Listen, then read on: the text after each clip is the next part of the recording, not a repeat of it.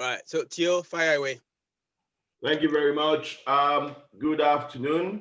My name is Theo Bosnodulami, and it's just a pleasure for us to be together once again.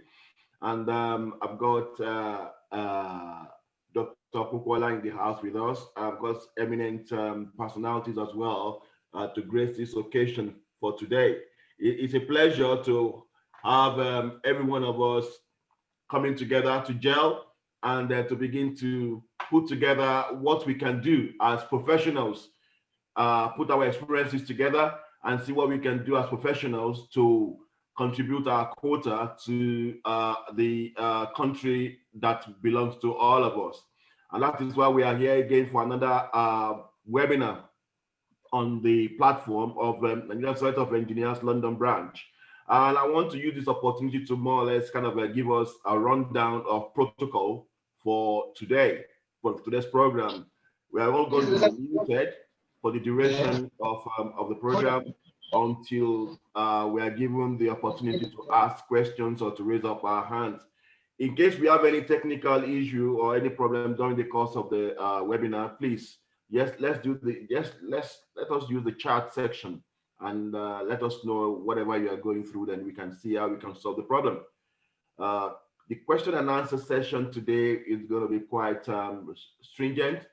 So the best way we're going to approach it today is for us to drop our questions in the chat box or raise up our hands if you want to ask any question. And then we will either read it out at the end of the program to kind of capture all the questions together, because some questions can be similar as it were, or we ask you to ask your question as it were. The presentation for today's webinar will be recorded and it will only be available to financial members. So as we know, for case of data protection, no slides will be made available for today's webinar.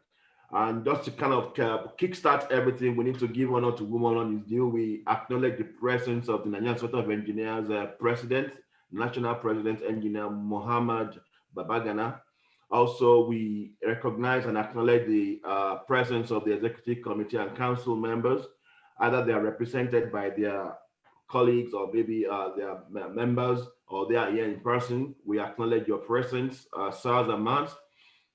We also would like to acknowledge the presence of chairpersons of all NSE branches, LSE branches all over the world. And when I mean all over the world, I mean in Nigeria, and I mean in the United Kingdom as well, and even Scotland as it were. And last but not the least, we want to acknowledge the presence of our fellow engineers, colleagues in the same profession, our associates, the architects in the house as well, and business-minded people who have the interest of the country at heart. So we are using this opportunity to say we are welcome to our webinar for today. And as we know, the engineering webinar we are having today, the LNB-2011 today, is going to be a very, very powerful one. And I'm going to use this opportunity to hand over to Chinedu if he's there.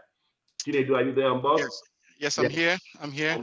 Yeah, that's fine. I'm going to hand over to you, and then maybe you can kick the ball rolling by setting the stage for the presentation.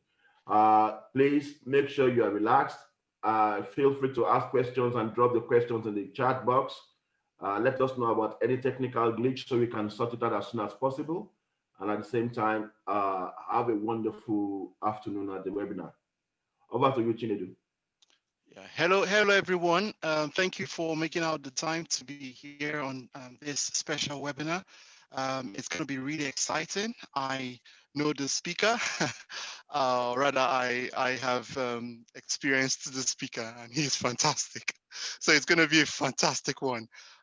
So once again, I welcome you all to today. Like we all know, the NSE was inaugurated in 2018, and it's the first branch, or rather the branch of NSE that's outside outside the country, Nigeria, and it's a fantastic union of very great engineers who have had the opportunity to to study and work outside the country and have very interesting experiences that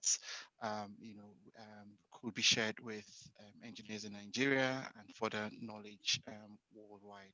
So without spending too much of your time, I would like to introduce our current chairman, Dr. Sunday Popala, one of the founding fathers of this great institution, and not just any father, a great father.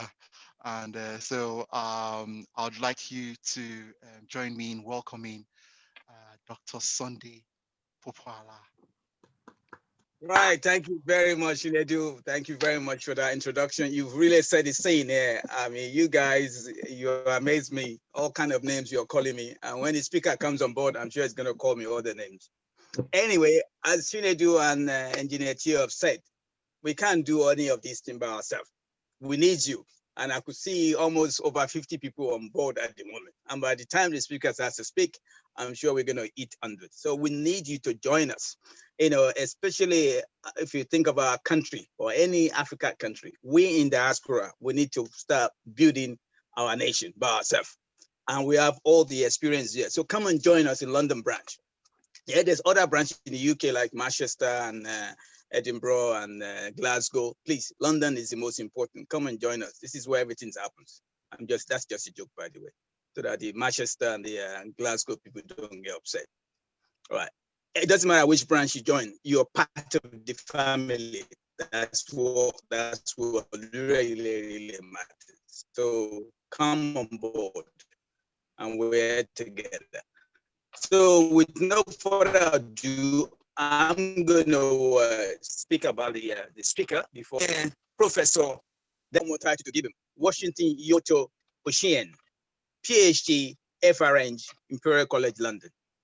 His presentation today is going to be amused. I don't know if any of you see, what's that movie called? Is it Wakanda? What's that movie called? Black Panther, right. Everything you see in terms of design, in terms of the city, in terms of how the whole place operates, this guy is going to give some of it to us, how we could achieve that in reality. That's a movie, but how we in the world could achieve something similar. So that's where it's going to be talking about the sustainable smart city, the need for a parametric planning, design modeling, simulation, and visualization platform. Dr. Washington is the head of a Center for Transport Study and chair of Positioning and Navigation System in the Department of Civil and Environmental Engineering at Imperial College. Did you see the word there? Positioning and navigation. We all live by that now. Once you have your phone with you, anybody can track you. And this is the man behind it. Where he specializes in various international industrial consortia development, satellite navigation. Again, I'm coming to that positioning, system and product. He moved to Imperial College in 1997. Professor Washington research interests are in the design of positioning and navigation system for land, sea, and air application. So it doesn't matter where you're going, this guy can really track you. Air traffic management and intelligent transport system. That is very clever. He has a significant contribution to the major international projects, including the design of European Geostationary Navigation Overlay Service and Galileo. I don't know if you guys have heard of Galileo before.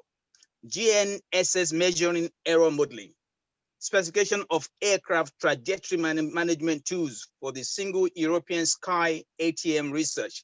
That is powerful program.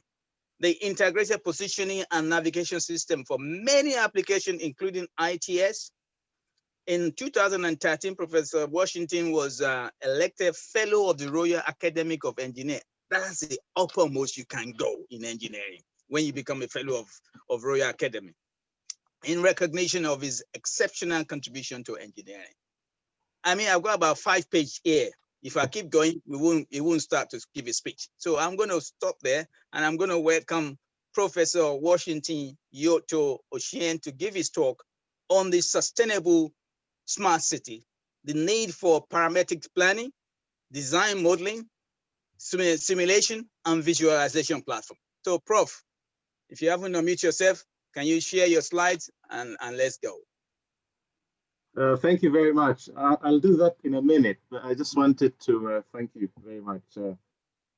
I call you Chief Dr. Associate Professor Sunday Popola, but he's also the RAKWJ of Elsie Kingdom.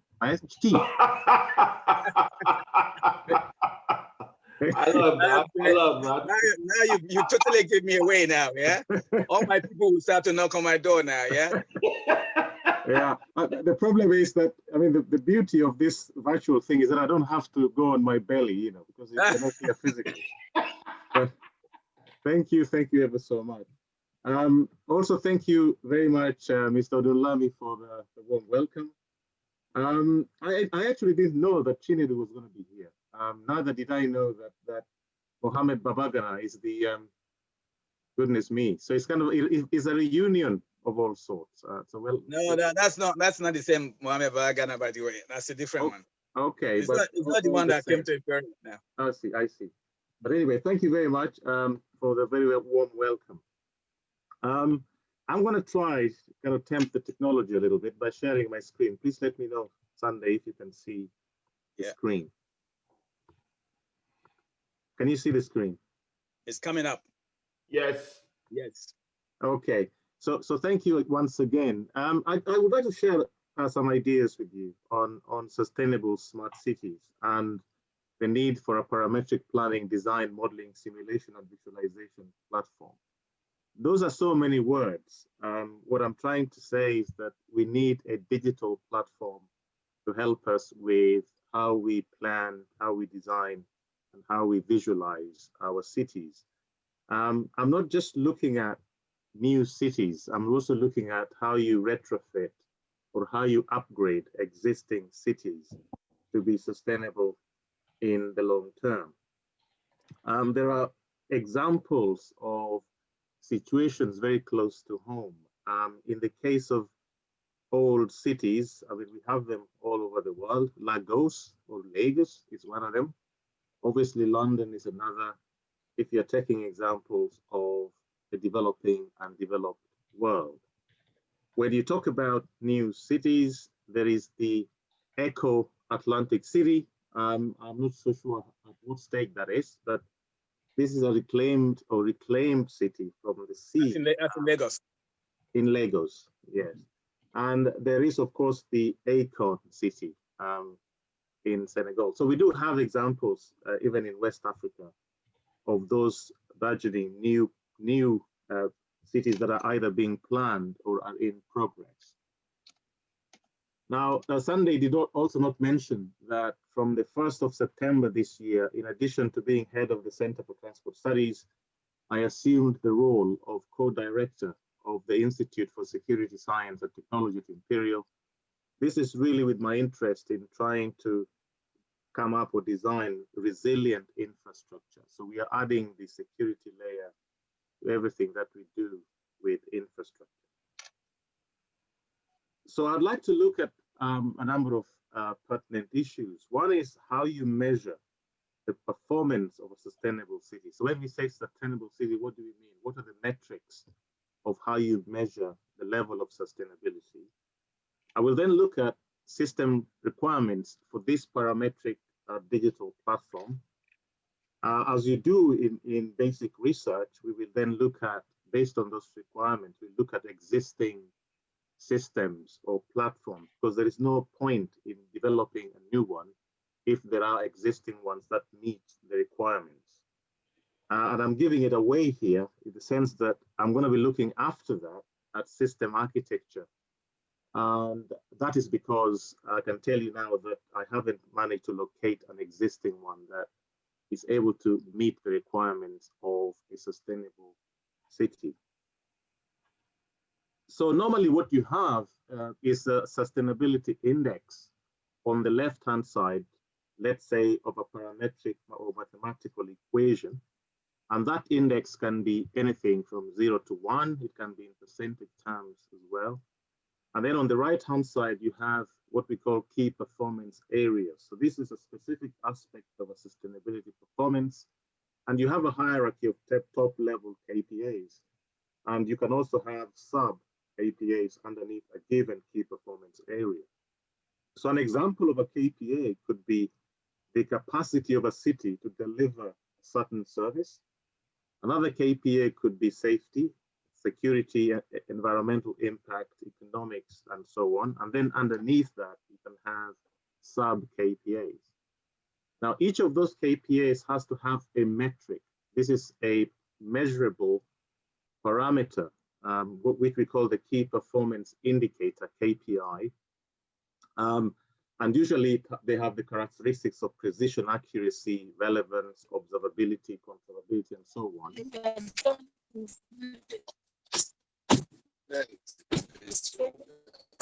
Hello? Are we okay, Sunday? We'll meet them. Okay. And for each of the KPIs, you could have a quantified target, a number, a figure that you apply to it. So you could say that the capacity of a city in terms of the population it serves should be so many million people. That would be a key performance target.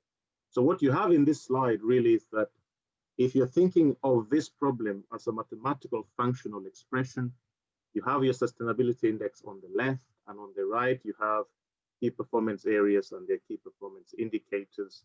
And you can constrain that particular equation with a target, if there isn't a target, a figure that has been agreed by policymakers up front.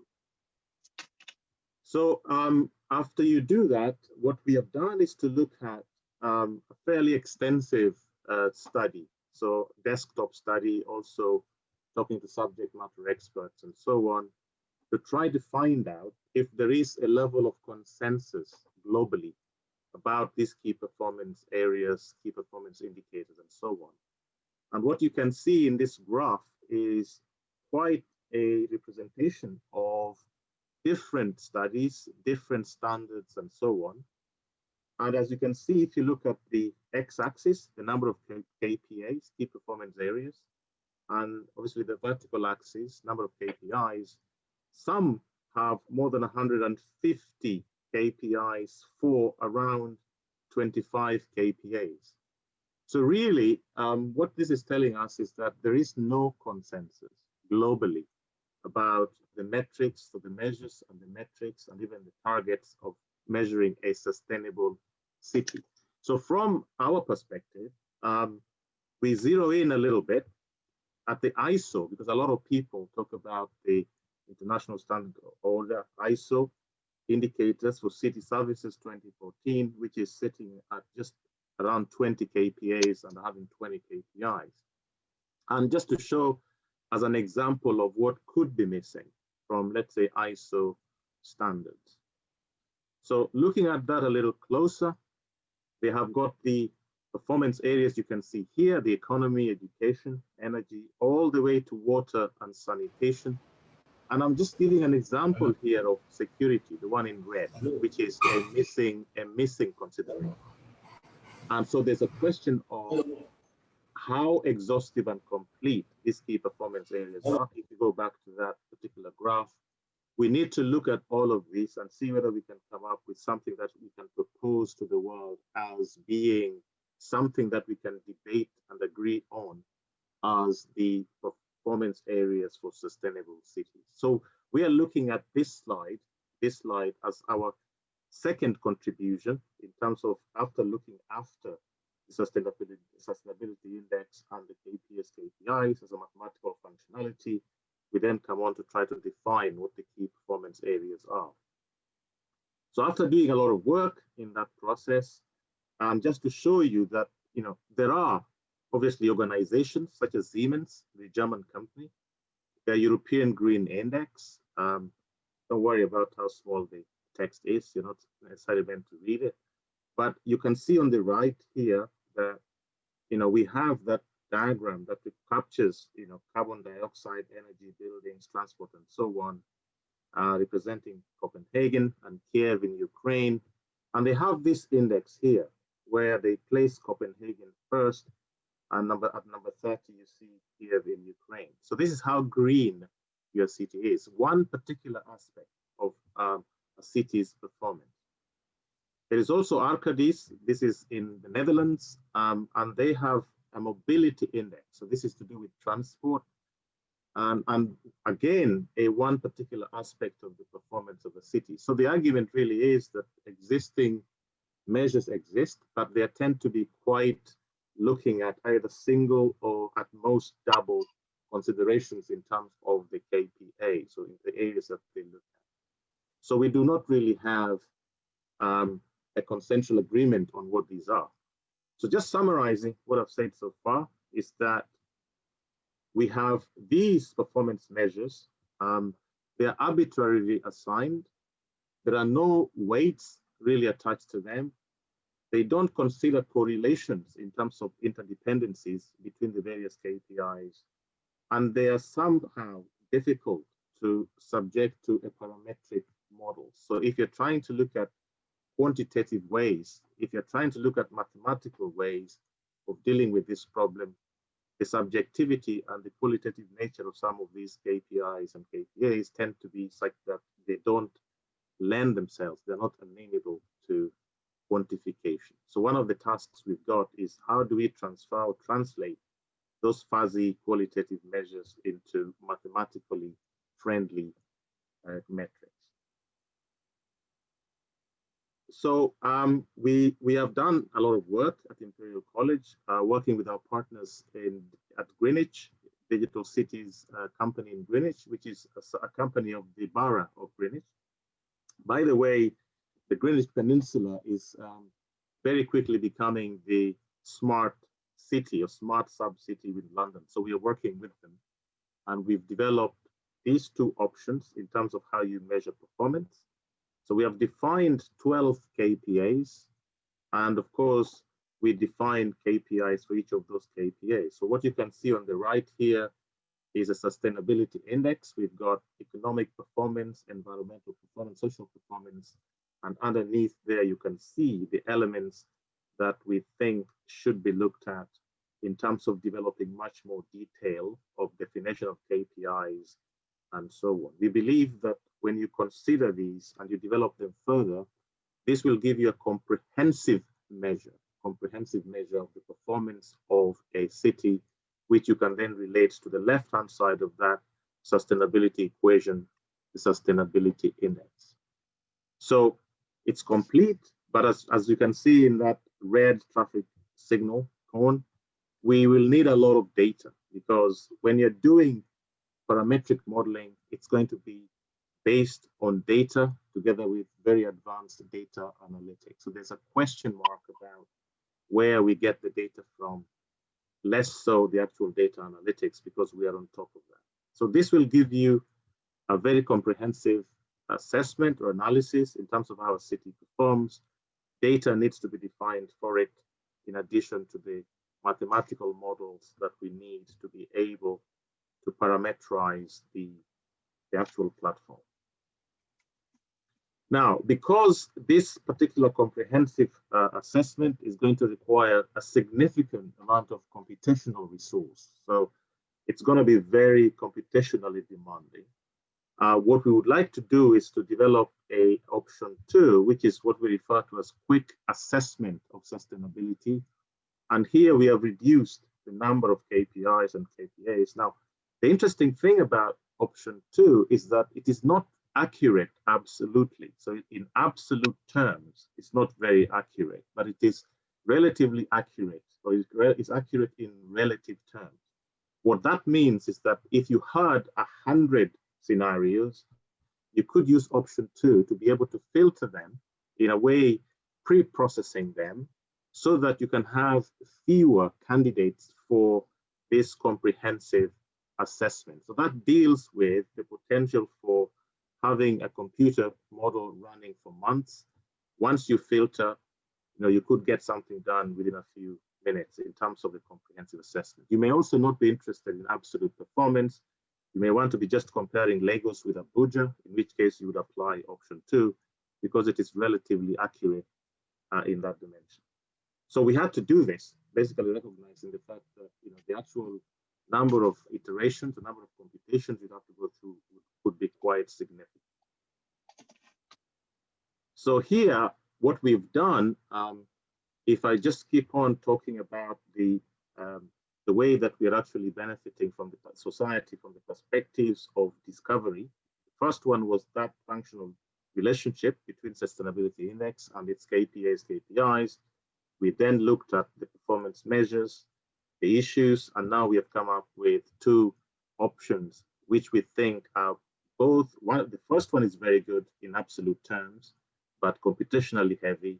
And of course, you have this option, which is a filtering option, very good, relatively speaking, but not necessarily absolutely. So we are looking at the trade-off here between computational burden and accuracy, and of course, the purpose of what is to be done. So we want to go from the left to the right. I think we would all agree that the situation on the left of this particular graph is undesirable. A lot of our cities are like this. And so what we are doing, in a way, is killing ourselves with all this toxicity and so on. So we would like to move from these unsustainable cities on the left to the Shangri-La on the right. And I've just listed there a few things that you'd want to see in a city: mixed use and polycentric, things like transit-oriented development, where you look at mobility from the perspective of the traveler and ensuring that you minimize the actual space taken, and you coordinate mobility with livability and so on.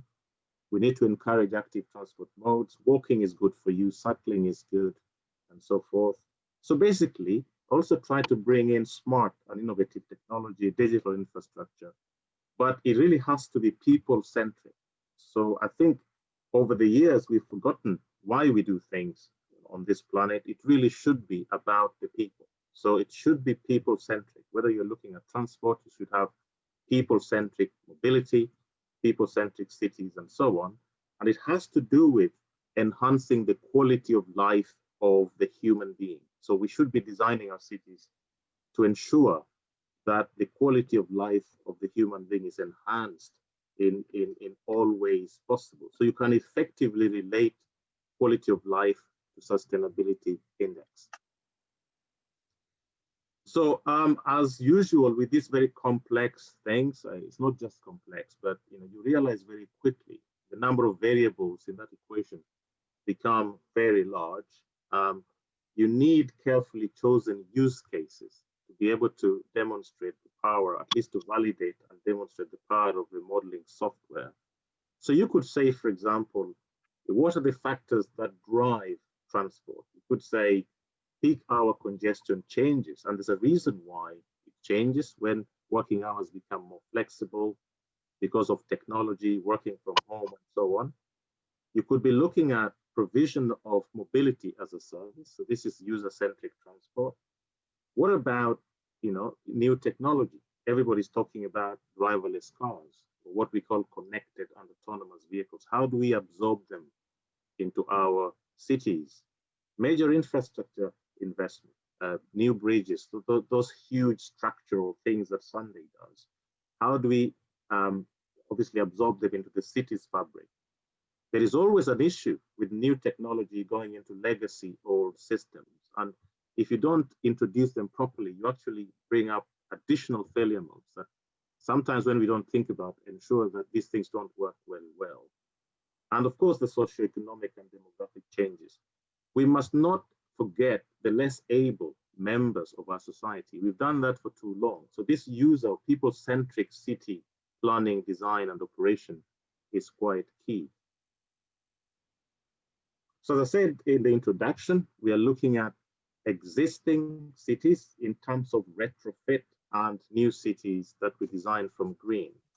Now, the difficulty with retrofitting is that it's going to cost you a lot more. So if you're being lazy when you're actually planning a city, not inculcating this sustainability by design, what you're going to end up is pay a little bit more, much more actually, when you try to rectify things that could have been done very early. So you pay that price in retrofit. So we try as much as possible to avoid the potential for retrofitting by inculcating sustainability by design when we are trying to acquire new cities.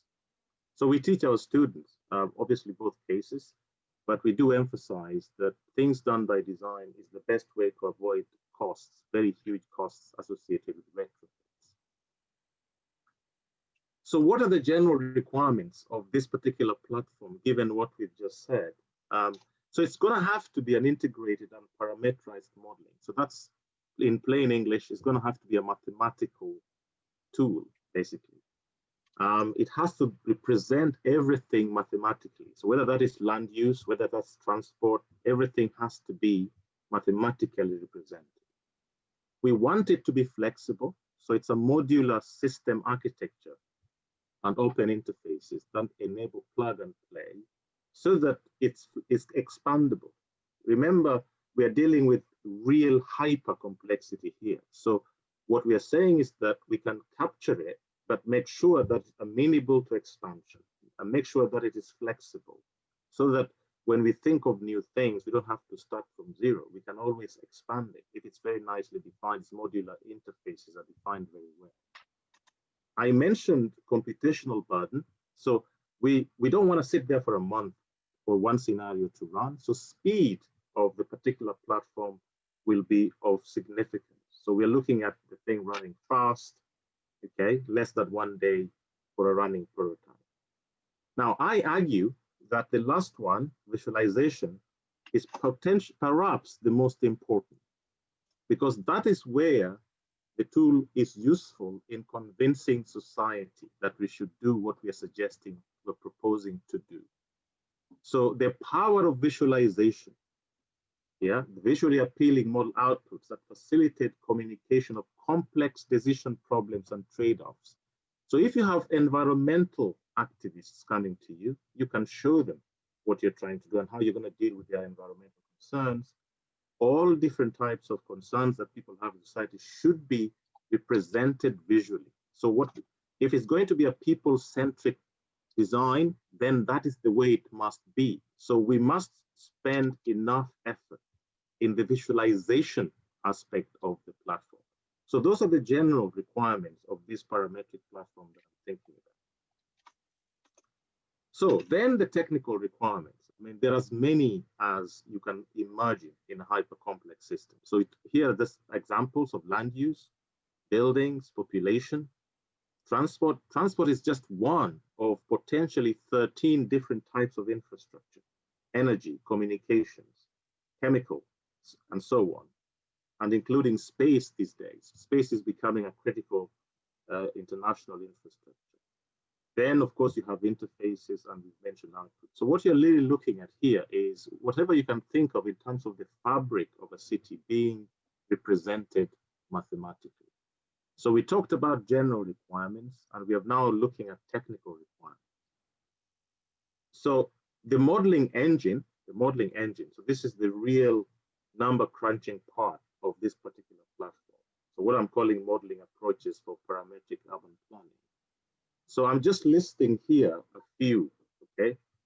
These are existing, by the way, existing tools: integrated land use and modeling, system dynamics, dynamic modeling, activity-based and modeling, tour-based modeling. These are capturing behavior, and our 4-stage transport models, shape generation, distribution models. These are tools that exist, but bring into this artificial intelligence, machine learning, and so on. And we're going to have huge data. It's going to be bigger than big data. So lots of sensing, lots of data. We're going to have to bring the current analytics together with new analytics to be able to create the modeling engine of this platform. Remember that a city, because it is a people-centric city, is a mission-critical application. That means safety and security are paramount. So we'll have to think about using artificial intelligence, for example, which is currently not really possible to use in a mission-critical chain. So developing, for example, mathematical models for what we call explainable AI. So this is AI that can be validated and certified. There's a lot of work to be done in this particular engine, and we're doing it at the moment at Imperial College London.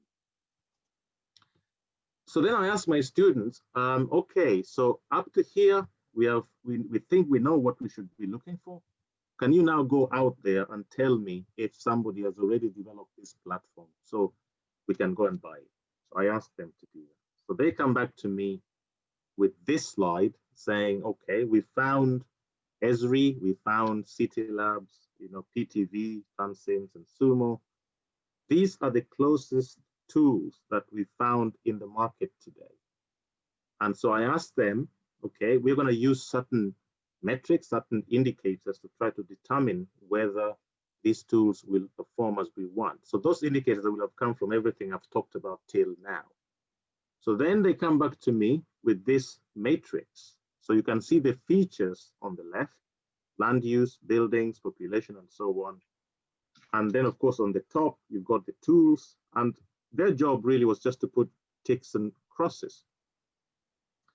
Very interesting approach here, because what you're looking for is green ticks all the way from the top to the bottom.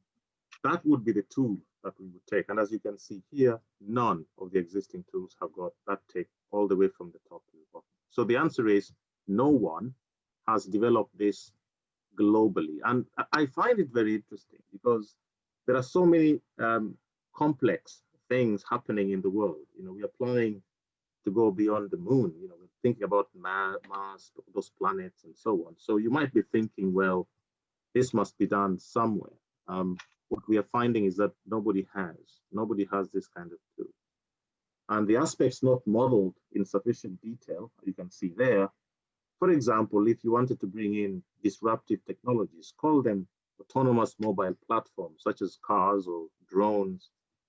No way of doing that. Social demographic and behavior change, nothing. All those points there and more are not actually captured in those existing tools. So this is nice. So we are saying, okay, as a group, as a partnership, we have a job to do in creating a world's first. Yeah, we try to do world's first. And this is the only way I feel we solve long-standing problems. So if you think about it, everybody experiences congestion, everybody experiences pollution and so on. But we have been doing that for the last 200 years.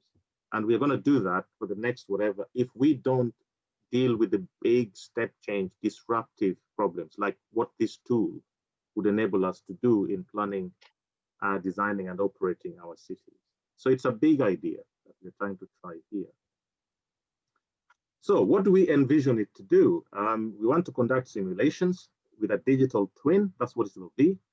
We want to explore urban form and structure to promote sustainability. We want to understand social demographics and behavioral trends.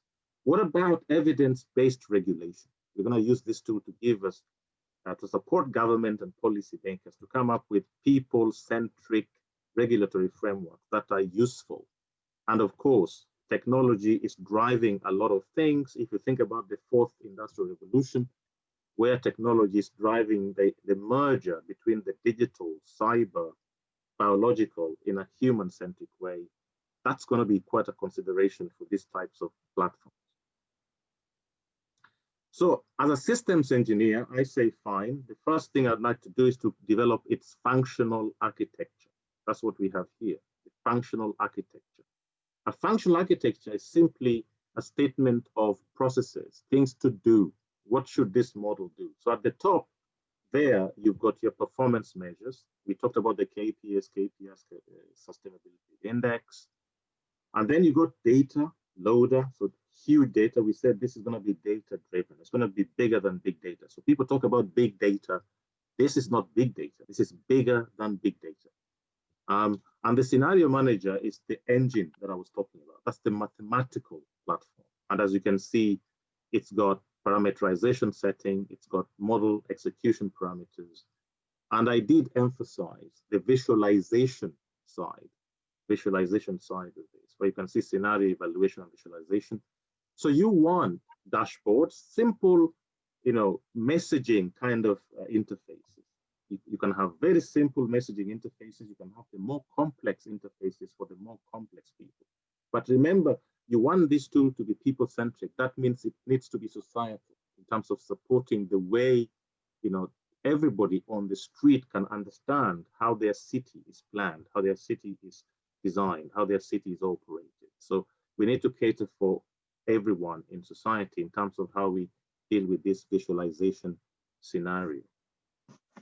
So I'll just give you an example. So this is something that I presented after, doing a bit of a survey, people on the street, and then I went back to the street to look at it with them, and they loved it. They loved it. So you can see on the left, you've got a diode, could be in front of your car, panel of your car, and all we're telling you is where you are in terms of sustainability index. This could be, for example, pollution, if you're interested in pollution.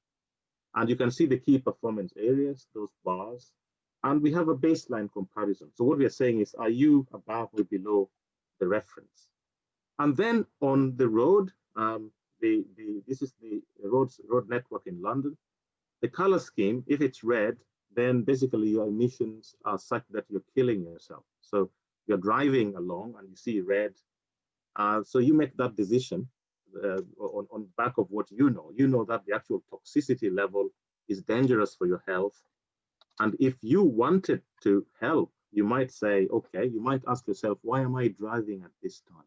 Maybe I should leave an hour later, because an hour later will be less polluted, so that I would not be breathing in toxic air. So you also have to think about ways of persuading people to change their habits rather than mandating things, rather than being producing edicts and commands for people not to do something. If people see for themselves as they're driving, for example, that they are part of the game that is contributing, part of the team that is contributing to this very high level of toxicity, you may have a chance in them not traveling when they don't need to. So this is an example of a sustainability dashboard, which is quite nice to see, although the engine behind it is very complex, but it sends the message to the masses, the society, what actually is being done here.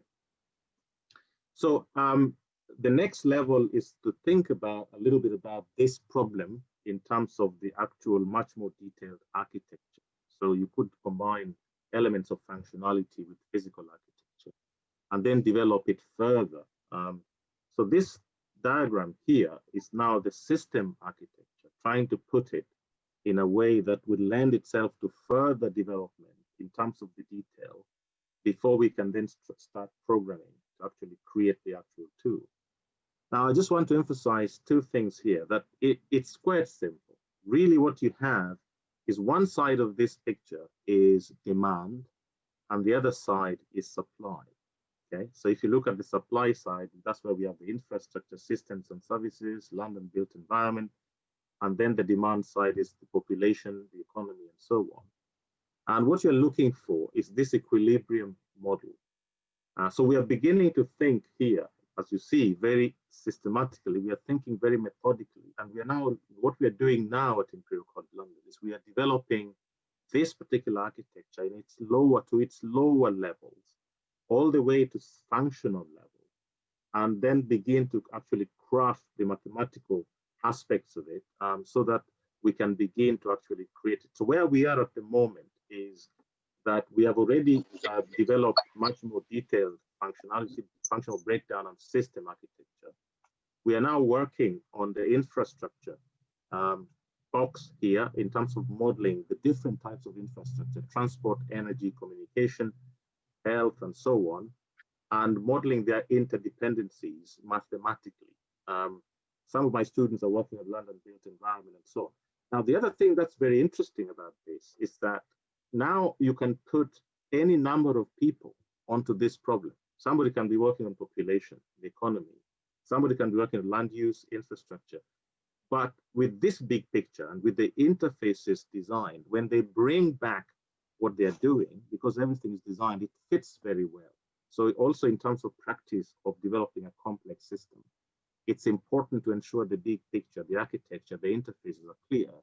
And then you can bring in the so-called experts who, the many PhDs that we create that tend to be very focused in small areas. Now, the other thing that, finally, the other thing that looking at this particular problem has showed us is that we don't have experts around the world who understand hyper complex systems. We have experts in small areas, and our training system is very much geared towards, if you're doing a doctorate or a PhD or a master's project, you need to select a small topic and then you need to drill deeper. That's fine. I think we have a lot of them. What we now don't have, and we are now beginning to train at Imperial, is PhDs in hyper complex systems. And these are the people who will help us craft what I've talked about and so on. So I will stop there. And thank you very much for listening to me. And I've given my email there, my telephone number, and also my two websites, one for the Center for Transport Studies and the other one for the Institute for Security, Science and Technology. You can browse, you can call me, you can email me. I now hand over back to the Chief. Maybe, is it Q&A next? Thank you very much. I will stop sharing now. Right. No, keep your sharing on. Thank you very much. Thank you very much, Professor. And thank you for your presentation. I could see some question coming up, but before that, I just want to say it's exciting. It's amazing what you've taken us through. I mean, I've done quite a lot of mathematical modeling in my life, but looking at all the system architecture, the amount of parameters you can actually put into this amazing, system that you've developed here is really above my head. So I have to come and learn from you. I could see questions coming out. So if you don't mind, we'd like you to take a couple of questions before we let you go. The first one here, what parameters determine the BSI? How was the BSI arrived at? And how does it compare with data from the global south?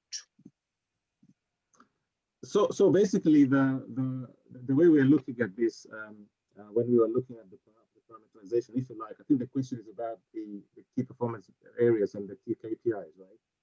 Yeah. Because we're talking about ISO and BSI and so on. So we are working with them to define these. And what we found even from them is that their input that we are making to them is very important. So we expect their standards also to be revised based on this work. The point I make is that we tend to be averse as human beings to things which are quite complex. We try to rush very quickly to decomplexify things. And so we lose the detail in that process. And a lot of what we have found, that's exactly been the reason. We are also now working with BSI and the others also to look at standards for driverless cars. Now, you won't believe it, but again, a lot of the things that are being talked about are pretty subjective and not complete and exhaustive.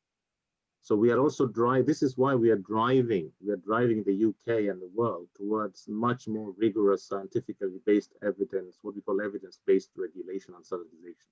Is a very, very important thing. Yeah. If you think about it, for example, there are softer elements of regulation, for example, of these particular vehicles, vehicles or cities in general, and the conversion from what you might call general fuzzy, basically qualitative statements into mathematical statements are pretty interesting. And what you call certifying authorities are not interested anymore in textual qualitative things. They want, mathematically rigorous evidence-based, regulation. Right. Thank you very much for that. I could see other question coming in here. I'm going to unmute engineer Dr. Moses to ask his questions instead of me having to read it out. Can you please unmute yourself and ask your question? Thank you, Sunday. I thought you would. And thank you, Prof. It's been quite a while. Don't know if you can still remember me. Yes. Yeah. I was. I saw in your slide you made reference to digital twins. Yes. Something that I've been thinking about in the last few days. My background is the offshore, and there's a lot of application of predictive analytics to maintenance now, operations and maintenance. So my question is, how practical are these concepts like digital twins in terms of application to structures and the built environment, looking at the slides you've presented, because it's something that will be of interest to me. Yes. So very, very interesting question. Thank you. And of course, I remember you. We the way that I'm thinking, or the way that we are thinking our group is not the usual digital twin that we hear about, because those digital twins are fairly fuzzy. They're fairly compromised in their representation. Yes, because the digital twin is not new as a concept. Exactly. Yeah, what we are talking about here is more than a digital twin. Okay, more than a digital twin. we are trying to be very discreet. We are looking at micro. A lot of the digital twin things that you see, I think they tend to be, meso and macro in terms of representation. This idea is based on a micro representation. And some of the data that we're going to be using to inform this model are based on space, data coming from space, also data coming from the offshore environment. So we are looking at also creating what happens not just on the water, but under the water.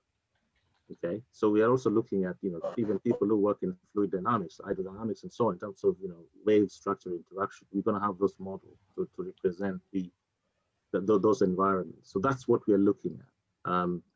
Now, granted, it's going to be quite an effort. It's like trying to take God's planet and put the whole of it into a mathematical model. That's exactly what we are trying to do. A part of my interest comes from the fact that in my previous life, I used to be something called a geodesist, and our job is really to understand the figure, shape, and the mathematical, the field, if you like, and gravity and so on of the Earth. So we do have quite a lot of information on how you do that, whether it's on land or at sea. So look at this as a micro attempt to model the Earth, including water, and to be able to support, for example, people who are interested in anchoring platforms in the North Sea and looking at wave structure interaction and things like that. Thank you very much.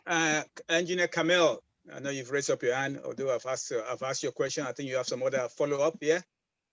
Yeah, thank you, Dr. P. And thanks a lot, Prof. I think this is a wonderful presentation, and I can see that a lot of effort and energy has actually gone into this. So I commend you for a very good work. Thank you, sir. Yeah, so my question is a follow-up to the other ones I have asked. One, I actually want to know what is the stage of the model. One, that's one. Then two, I'm actually looking at deploying the model to the global south, because when the base parameter is actually important, because the base parameter in the global south is a bit different from the base index you have in the global north. So sometimes you have models that will work in the global north. When you get to the global south, you start getting funny results and stuff like that. So I don't know how far this has been a bit adaptable. Okay, so where are we? We are actually at the moment. So we finished developing the architecture. So that basically means the functionality is defined to the lowest level. And what we are doing now is implementing each function. So think about a function as a pardon? No, don't worry, keep going. Yeah. So think about a function as, you could say, for example, get data. That's the highest level function. And then you develop it to the lowest level where you even define the data type and how you deal with that data. So we've done that. What we are now doing is implement each of those functions. And a lot of that work is to do with creating mathematical models and interfaces between those lower level functions. When we are done with the implementation of the functional architecture, the actual platform is ready. Okay, so that is the answer to the first question. We are now in the implementation of the functionality. Now, how long it will take us? We now have a work program for the next 3 years to do that. Okay. Now the second question is the global north and south. The point really with this particular tool is that the parameterization is not fixed. Okay. So the actual aspect of parameterization is done in two ways. We have what we call local optima, and we also have global optima. So basically what we have is that the parameters themselves will have to depend on the actual scenario being looked at. That's how flexible the model is. So the user will have to define what they are looking for in terms of base parameter and so on. The tool is flexible enough to be able to absorb that, okay? And for the first time, as I know, we believe that we are creating the possibility of local optima actually conspiring positively together to realize a global optima. So what we are saying is that, we are not going to have, let's say, very good sustainability locally somewhere, but then if you combine them, with a series of others, as you tend to do right now, is that they could negate themselves in such a way that it is impossible to deliver global optima. That's a challenge, even in mathematics. Yeah, you don't always have local optima conspiring to create global. So we are also changing that aspect of thinking in the way that you combine local optima with global. So it's a very flexible tool. You can choose the base parameter and so on. You can dissect the globe in various ways, but be assured that when you have done that, even if you did them in parts and you combine them, what we are trying to guarantee is that it will come to a global optimum. Thank you very much. I've got somebody else I would like to, I want them to unmute themselves. Amina? Amina? Engineer Amina? Hello, okay, he's Husseini, Yeah. not Amina. Amina, okay. No, Hussein is my daughter's that's the name. iPad. I'm using but that's the name you project. That's the name you project to us, and that's the only thing I can call you. Sorry about that. Yeah. Okay, I'm Husseini Musa. That's okay. I'm in Port Harcourt. Okay. Yeah. Hi, Hussein. So, how are you? I really like the great work the professor is doing. I think the model, I see it more of something that fits European cities and advanced countries. So I don't know how would this fit sub-Saharan cities in sub-Saharan Africa. And secondly, countries in sub-Saharan Africa are very poor. So I don't know what is the way forward. How do we achieve sustainable cities in sub-Saharan Africa, considering the fact that we are very poor? So these are just the two things I would like the professor to help us out with. Thank you. Thank you very much, Amina. I'm talking to your daughter now, I think. Yeah. No, a very good question. Actually, my motivation for doing this work is actually the developing world. So that was my motivation in starting it. The only difference that I see, there are two differences. The first one that I see is to do with the culture of the different worlds, which is quite a difficult one. I mean, I am originally from Kenya, so Kenya and Nigeria, you can imagine, we experience certain things that are quite difficult culturally, mostly corruption and the terrible politics and so on. So that may stand in the way of actually being able to deliver this kind of tool, because it requires access also to good data. It needs to be carefully controlled. If you looked at one of the slides I showed, I did highlight governance, and I said, governance is quite an important part. We can assume, we don't have to model governance, but we can assume that there's going to be a structure that allows the planning, the design and so on to be able to be implemented and operate correctly. So that's one thing. When you're talking about retrofitting, again, it can be quite difficult. I know in Nairobi, for example, that even if I went with that tool today, just being able to access the data from the city council and so on in itself would be quite something, even if they have that data. So there needs to be, we need to address the cultural aspect of all of this when it comes to those countries. In the UK, for example, as I said, we're working with Digital Greenwich, Bureau of Greenwich, and they're giving us all of the data that we need. And if we don't have the data, they're happy to collect it for us and with us.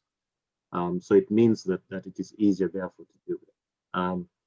What I would want to do is to bring the tool to places like Abuja, Lagos, Nairobi, Cape Town, and so on, and to have what I call city hall type meetings, because I think what I want to show, what I would like to show, is the benefit.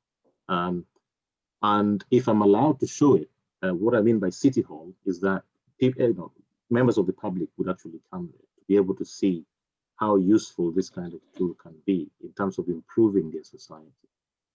So I do not underestimate the difficulty associated with the developing world. There are issues, obviously, in terms of data availability. If the data is not there, we can obviously look at ways of collecting it. One of the good things about this tool also is that we can run scenarios where there are we don't have complete data, and we can actually characterize quite well the data that needs to be collected, to enable it to run properly. So I see its power. I see its power through the visualization platform, scenario play.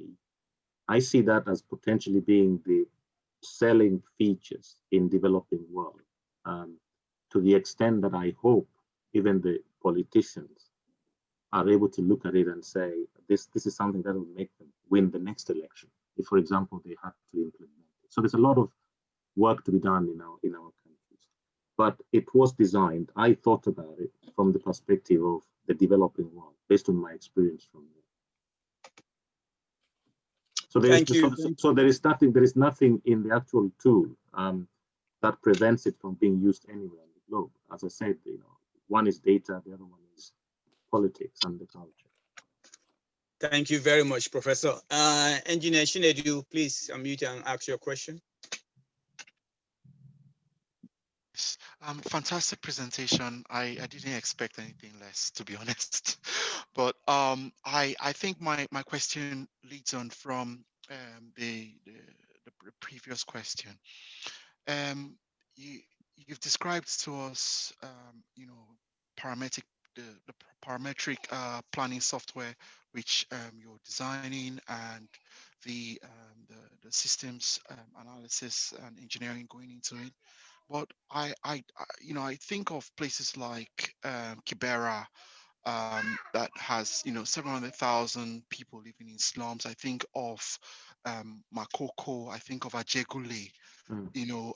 Real people living in these parts of the world with real problems. You talked about people-centric solutions, and for instance, in Ajegule, people living in water and having to transport themselves in boats, made up, improvised boats, and in those situations, I see real need, and I just wonder, how your model, or if your model has features to tackle those situations and make life actually better for those kind of people. Because coming to where you talk about politicians seeing the need of the research, I think those areas are areas of so much crime, so much poverty, etc. And it will be coming very, very handy and very, very useful. So I don't know what your thoughts are around this. I think it's a perfect question. It's a question that plays very much in my mind. You mentioned Kibera, for example, and Kibera is actually Kibera not because of not because of any act of God, by the way. Kibera is Kibera because of the political structure and the way that this particular Nairobi as a city is being run. I have already run a very simple scenario for Nairobi in terms of planning and how to deal with the slums and so on. And by the way, it doesn't cost very much to be able to resolve that problem by a little bit of redistribution and so on. It doesn't cost very much at all. So it's really about the poor politics and the poor planning and so on, that those sorts of slums like Kibera, Kawangware, Mathare Valley and so on are like that. So yes, the tool will be able to do it in such a way that provides also the trade-offs. So the trade-offs of resettling, being able to develop the kinds of basic infrastructure they need and so on. But when you have a huge piece of land not too far from the city being bought by a politician for several hundreds of millions of dollars, that actually then removes that particular piece of land from the kind of the solutions that we can talk about. That's why I was saying that the actual politics is such that it's quite skewed and it makes things quite difficult. And I hope that this particular tool, when we do run those scenarios, where we do show that you can not very, quickly, you can quickly uplift the quality of living of those particular people in a way that actually in itself ends up generating income for the exchequer. So what we are saying is that these people will be agents of development rather than, the forgotten members of society who live like animals, right? Because everybody's put on this planet with a positive contribution to make. And I always argue that's, difference. Some of us are professors, some of us are doctors, some of us sweep the floor, some of us clean the roads. That difference is actually needed. And the synergy is such that when we come together, we create much more than individual, okay? So I also see this particular tool as a force for change. That's why I was talking about the politics and culture. But I can say to you that, and I did say this when I was in Kenya in March this year, that I would be able to, if they gave me 6 months, I would be able to sort out the actual planning issues associated with, this particular, terrible. I think the Pope Francis went there to Madari Valley once, and he couldn't help but cry, because he was asking the president, how can you be proud that you're a president of a leader of a nation when people live like that? It's just terrible.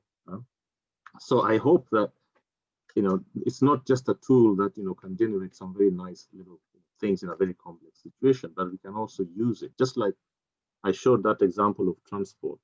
It's actually a way of managing demand, but without coercing people, right? Because if you're driving and you can see that, on the M25, the pollution is such that actually what you're breathing is killing you, you may just change the way you drive, because that's the reality on the ground, right? So there is quite a significant, I think, persuasion that we can actually use the tool for. And maybe the more we do it, and the more we show how that helps in the amenable parts of Africa. There are places like Botswana, they're pretty good places, and you can demonstrate, politically that is, you can demonstrate the tool, let's say within Africa. I'm sure that we'll be able to make some change. So there is that dimension that I've always thought about this tool as helping persuade, whether the politicians, the people, and so on, to see that things could be done differently for the benefit of all of us, as opposed to just a few. But Prof, thank you very much. I'm sorry, just one last question, please. Okay. If you have the political will, but you would then be faced, your tool really relies on data analytics. How would you deal with the challenge of data for especially the slums, for example? Yeah, so the way that it is that we and one of the beauties of actually developing it from the UK, as opposed to let's say in Kenya and so on, is that we can get the support, and we have already approached the likes of not WHO, the likes of the United branches of the United Nations, for example, UNDP, and also the African Development Bank. So we are talking to them to say, the tool that we're developing will require certain, things to be in place that may not be actually available in those particular countries.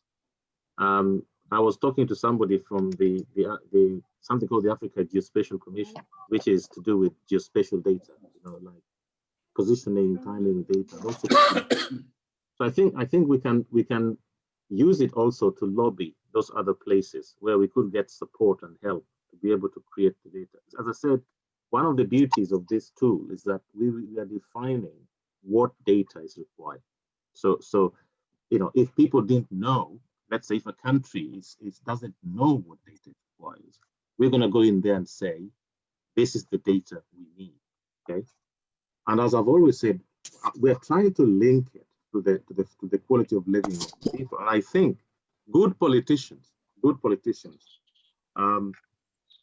who actually are seen to uplift the quality of the living, could be that they could actually be politicians for a little longer than the others who, when they're in power, they always see quality of living deteriorating. So there's a lot of persuasion to be done.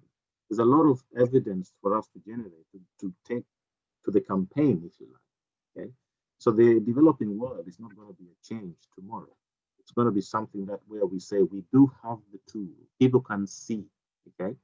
Those city hall type meetings are very interesting. I've actually had them in places like China, very interesting, where and those autocratic regimes like it. Because if they invite people from the road there and we say, look, if we construct this road here, this is how, you know, your life is going to be enhanced. Yeah? So if you're worried about environment, we'll plant some trees and so on, and we can put that in the model and you can see. So the persuasive power of that tool can be quite powerful, actually. So the key really is to have it. The key is to have it, and then to think about ways of using it, depending on the cultural practices in different parts of the world. So I'm not underestimating the challenge, but I think getting the tool in place is an initial step, is a prerequisite to actually try to improve something. Right, thank you very much for that. I'm conscious of time. I've got 3 more people that want to ask questions, and we're going to close it at the end of that. The first one is Professor Larry Jones Esson. Please unmute yourself and ask your question. Very much. Thank you very much. Prof, I think I really don't know how to, what to say as to your presentation. The little part that I came in late, I'm sorry about that, but I found it very, very interesting. But one of the things I want to mention quickly is that currently, I'm not sure if you're aware, I'm sure you should be, the Wakanda, the Akon city in Tanzania that has been put together, which will be built. And obviously he's raised over $4 million or more than that. And also the city of Return city in Ghana, that is also going to be. Why I mentioned those 2 cities, smart cities, that's been put together by Akon and also by the Ghanaian government and the returnee from the US. That means we as Africans have the potential to do something really remarkable. And I believe if we have a group of engineers like yourself and engineer Sunday Kupola and others that are in this panel, that means some of us who are in business schools can come together and create a pot where we can raise fund and develop certain part of, I mean, if Akon, a musician, could come to it by himself and say, well, I want to create an Akon city in Tanzania. And he's raised, of course, 4 million or more than that, or up to 6 million, or maybe more than that, or billion, I'm not sure, 4 billion or something like that to create that city. It's billion, not million, billion. That means things can be done. And I think is now looking at how we can support Engineer Kupola to see how some of us in business world can come together and support the engineers who have the technical know-how. And then we bring in our own business mind together and raise fund and start to create Africa that we want to see. Because we are all here in this Western world. I mean, I went to America, I studied in US, in New York, and literally every part of New York is old and they need money to revamp. I mean, the Manhattan Bridge, of course, is gone. Literally, it's been patched up. So they don't have money to do it. One of the things Trump said he was going to do was to kind of try to recreate some of those infrastructures. I mean, you've gone to US, you go into the train, you just cry and say, wow, this is the so-called USA. The train is locomotive, literally, the noise it makes and stuff like that. You just wonder. And then you go to Dubai, you see a smart city, a different thing. You go to China, different place altogether. That means African can do so much with the knowledge that we have. And if you look at those things, some of those things you're seeing around the world, behind them are Africans who are behind them. So why can't we tap into some of this beautiful mind of ours and come together? Yeah. I've always said, I've given a lot of speeches about the youth. So let me just say something about the youth and what COVID has actually shown. So COVID has given us what I call X-ray eyes into a lot of things. And in fact, working with the Royal Academy of Engineering, we did issue some calls for ideas. And we received about 50. And the top 20 were from African kids, African young people. And one of my colleagues turned to me and said, an English guy said, but really, why is Africa the way it is when you have these very clever people? Yes. And it's a very pertinent question. And if you look at what you're calling the diaspora, and you're looking at the top universities, top hospitals, top whatever, you will find Africans operating at the highest level. So actually, there's a very interesting point here, which is that until these so-called vaccines came up, it was a level field between the so-called developed and developing. And I said, and as I said, in my estimation, the ideas we had were better from the continent than what we received from the developed world. And so I feel like you, Prof, I feel like you, that, I don't know, but it could be the politics, it could be the culture that's letting us down. But we are capable of doing absolutely anything that we want to do. We are capable. And maybe an initial step is the kind of thing you're suggesting, where we organize ourselves, and we do something. We show an example Yes, that people can follow. So I would be up for that. I'm not in the business. I mean, having worked with the European Space Agency, developed those satellites and so on, there is nothing that you would say that I don't know, white people or whatever know better than us, because I was leading those teams, working with them and so on, following what I was saying and so forth. There is no difference, honestly. If there's any difference at all, then it could be in the formative years when young people are growing up. They have more opportunities than we have. The environment's a little different. But if you take that away, we are capable of doing absolutely anything. So I would be up for it. I would be up for the challenge, Prof. Jones. Yeah, I think what I also would suggest to Engineer Fukuola is to think of how we can build trust among ourselves. That is missing. I think we need to start trusting each other and believing in ourselves. And I think that is one of the things that's holding us back. We don't, Ghanaian will say, I don't trust Nigerian. Nigerian will say, I don't trust this, I don't trust that. So we need to start seeing ourselves as one continent, working together. One people, and trying to kind of, downplay each other's skills or strengths.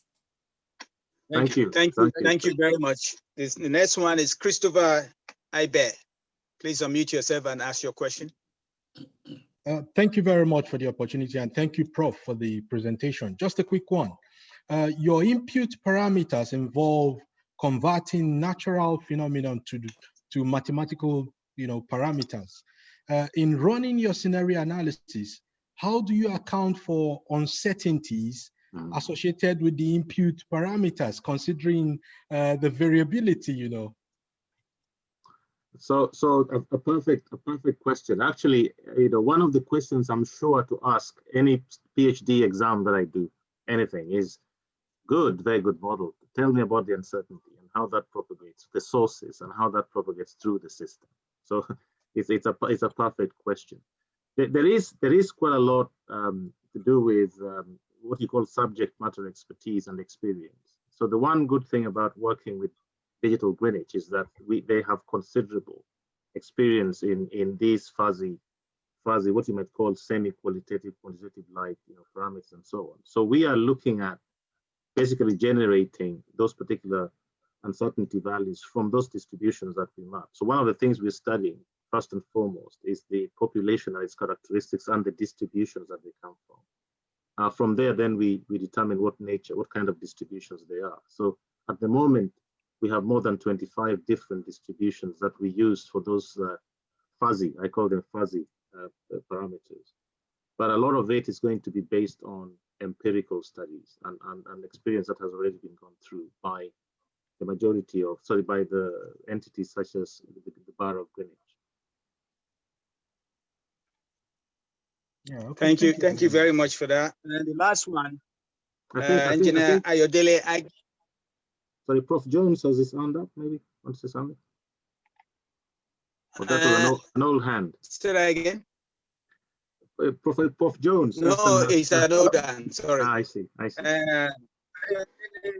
Hello, Prof. Thank you so much for your presentation. Ayodele.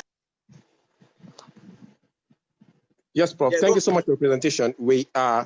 This is mind-blowing, this is expository.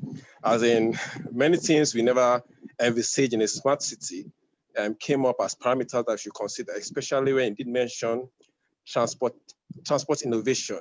You did mention that there are 13 other parameters under transport modeling that that is energy, chemicals, and something like that. But I didn't get that clearly because the major issue we have. Okay. So let me just let me just answer that quickly.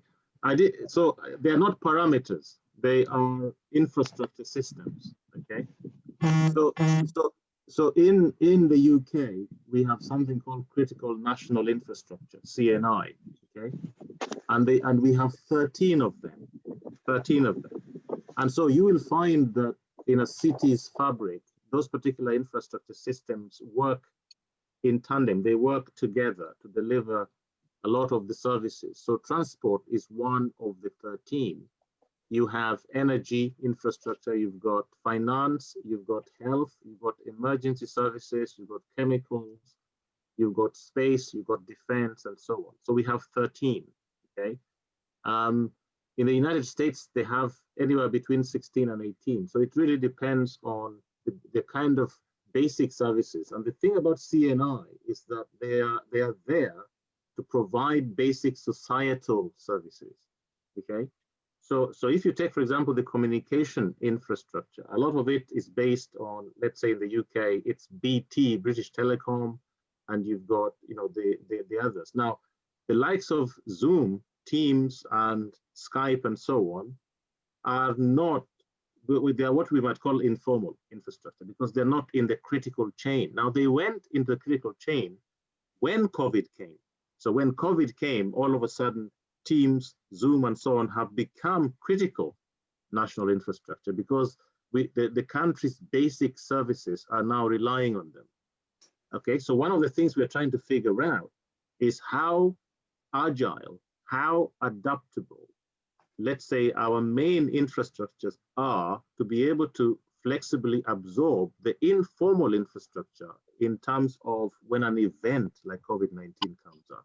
So I was actually saying that we were using the example of transport in the infrastructure domain, but that there are 12 others that also need to be modeled. So the energy, the finance, the health, emergency services, and so on, just to demonstrate the complexity of what we are dealing with.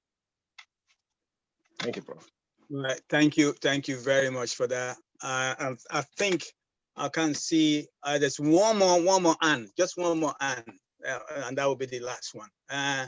I miss you, Mohammed. Please mute yourself and ask your question.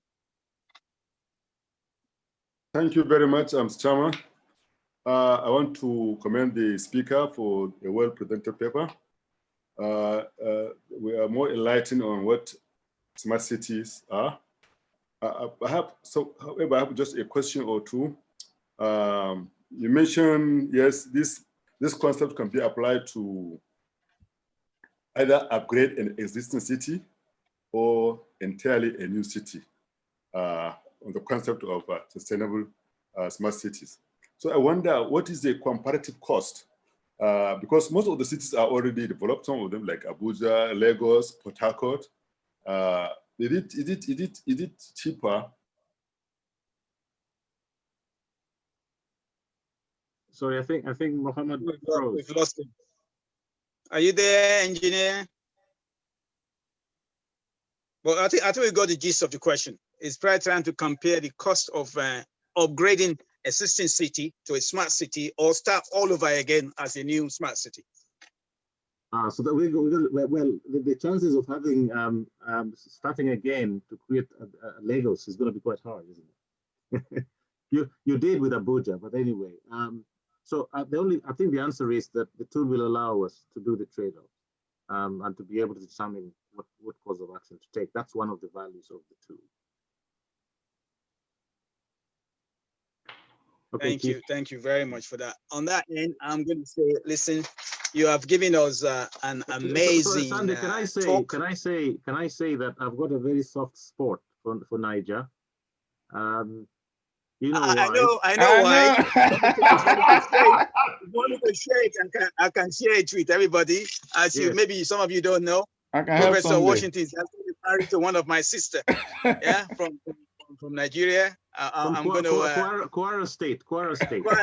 Yes, so he's that's serious. He's home and dry with us, and I've been asking him to allow me to marry. He's married to Nigeria. It's not allowing me to do that at the moment. Anyway. Professor Washington married to a Nigerian. Who is that? Who is that?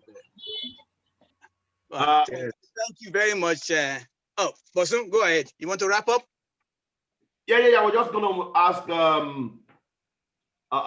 maybe more or less a kind of wrapping up question. We're looking at this. We've been talking about smart city, but is it not possible for us to start from the level of regeneration, and then before we move on gradually to this particular level of Wakanda setup? What do you think?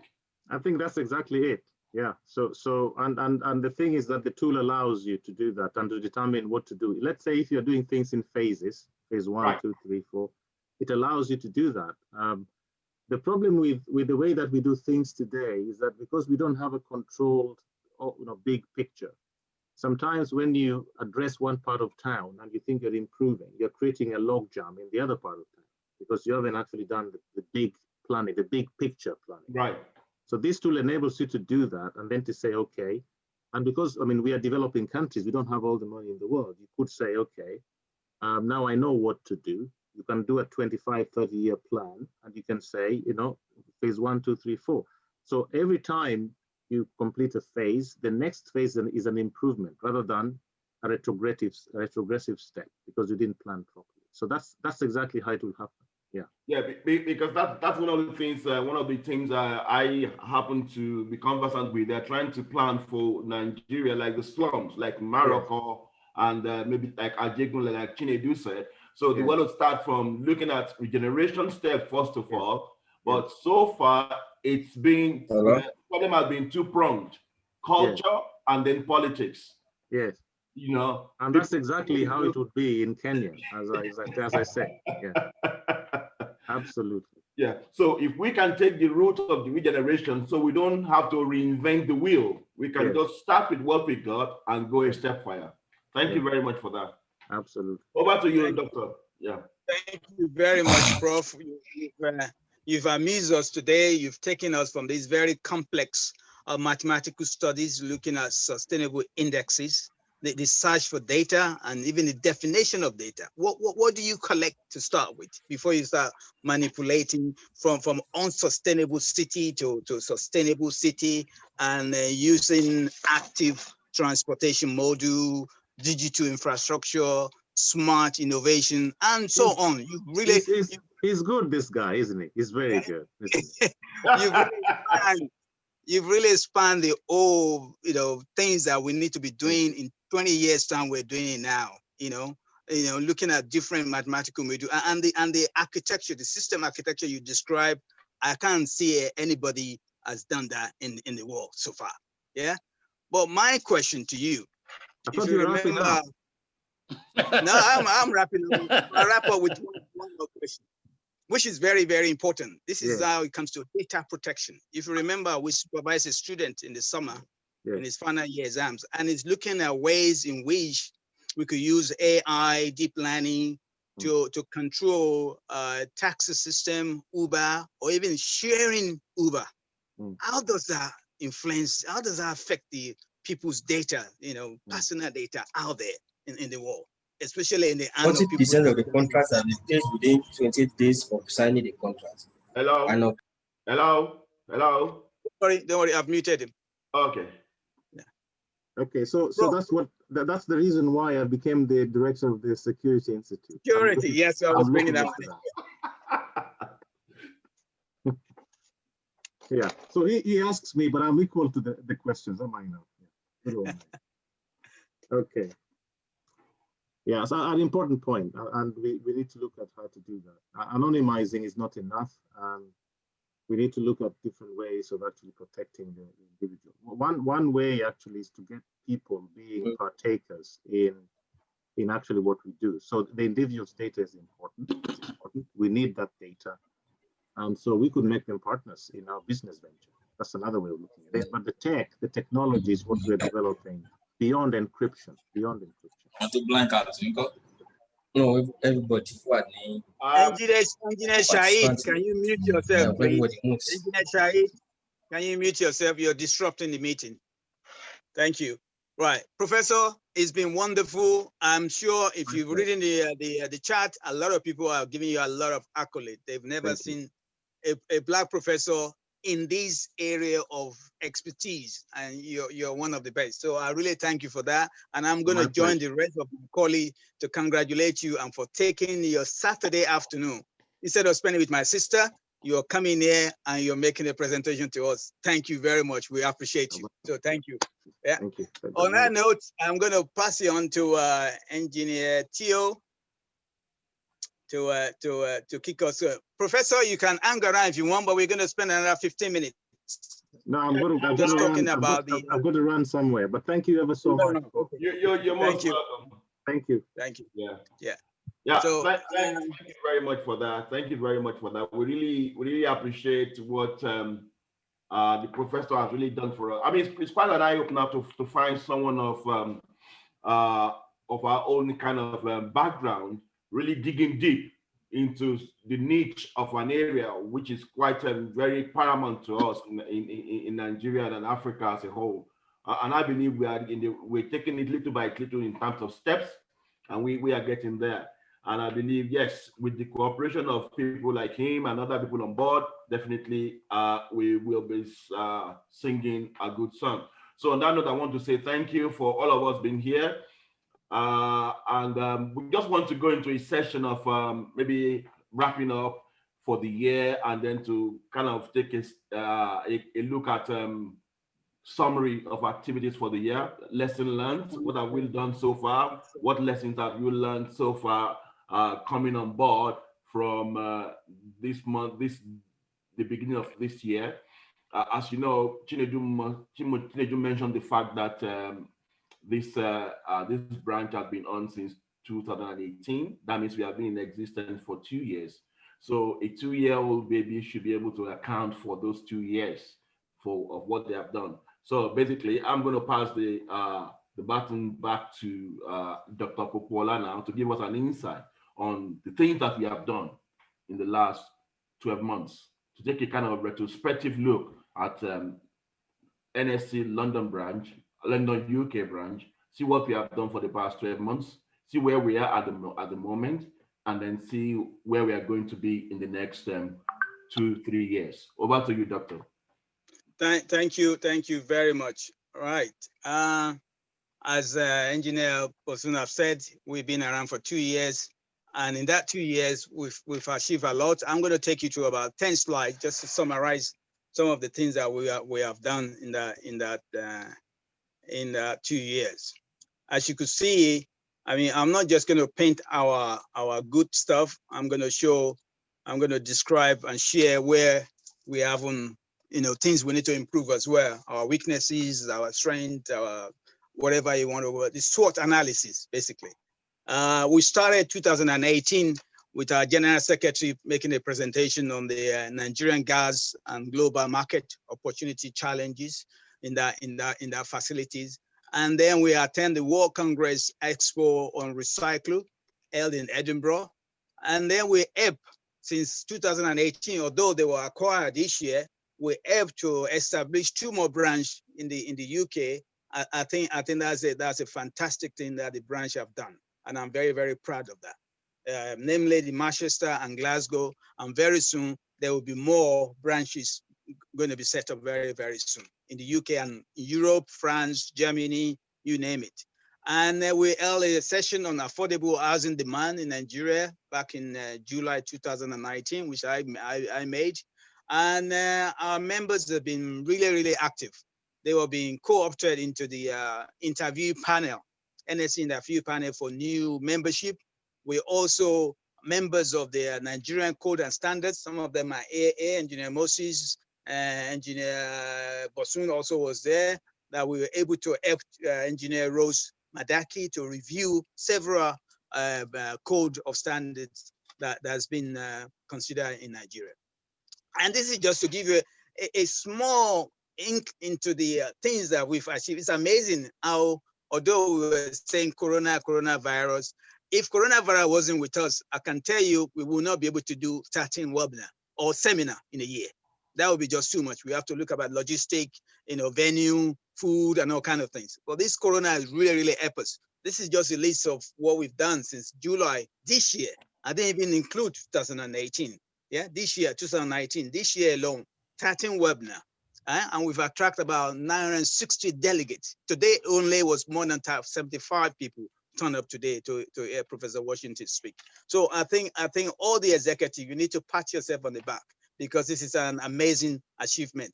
I can't think of any other branch that have actually done this much in how many months is that? 8 months or 5, 6 months, something like that. So apart from that, we've been helping for the last year or so development of the youth, young children, to try and encourage them to stay in engineering. As you could see, we used to do this thing in person. We used to do workshop, but in April this year, we moved everything to online. And you can see the number there. We're able to attract over 5,000 students that actually comes into this webinar that we run through YouTube and Zoom. And we're teaching them about critical thinking, how to be creative, collaboration, communication, the kind of things that kids don't get taught when they're in school, or the kind of thing they don't even get taught as much when they get to university. So how do you work together? How do designers work together? How do they come to the table and plan things together and then make it and then test it and see how it works? So we take them from transportation issue to community issue to engineering issue, building bridges, building towers, and all that. So they've really, really benefit. And we partner with some fantastic guides in Europe to the extent they are helping us to give them gift for. We do a quiz at the end of the workshop, and they give them gift for doing very well. So we really appreciate that. In terms of money, there's nothing that can be done in this age without money. Even though COVID is what we're still spending money. This is just a summary of our income and expenses in the last 2 years since we were established. Yeah, we've raised a total of £5,990, and we spent £6,205. So we're deficit about 215. Yeah, there's a reason for that. The large amount you see there, those are members that have registered through London branch, and we collect the registration fees here in pounds, and we help them to transfer it to Nigeria and then pay to the national headquarters in Abuja. So that's the large sum. Otherwise, we get smaller sum. We get people like engineer, doctor, professor Esson, like donate £200 to us just before he made his presentation 2-3 weeks ago. And we get other people like what do they call the War Remit? They gave us £100 that we use when we advertise them, the week we advertise them. We're going to go back to them and try and see if we could secure more money. And things we spend basically trying to establish our Zoom status and pay for the whole year, and also design of our beautiful flyers that you see that we will send around to you every other week. So that's how we spend our money. But we hope to go back and trying to improve that as time goes on. So let's look at the SWOT analysis we've done on ourselves. We wake up and we look at the mirror and say, yes, what have we done? How can we do better?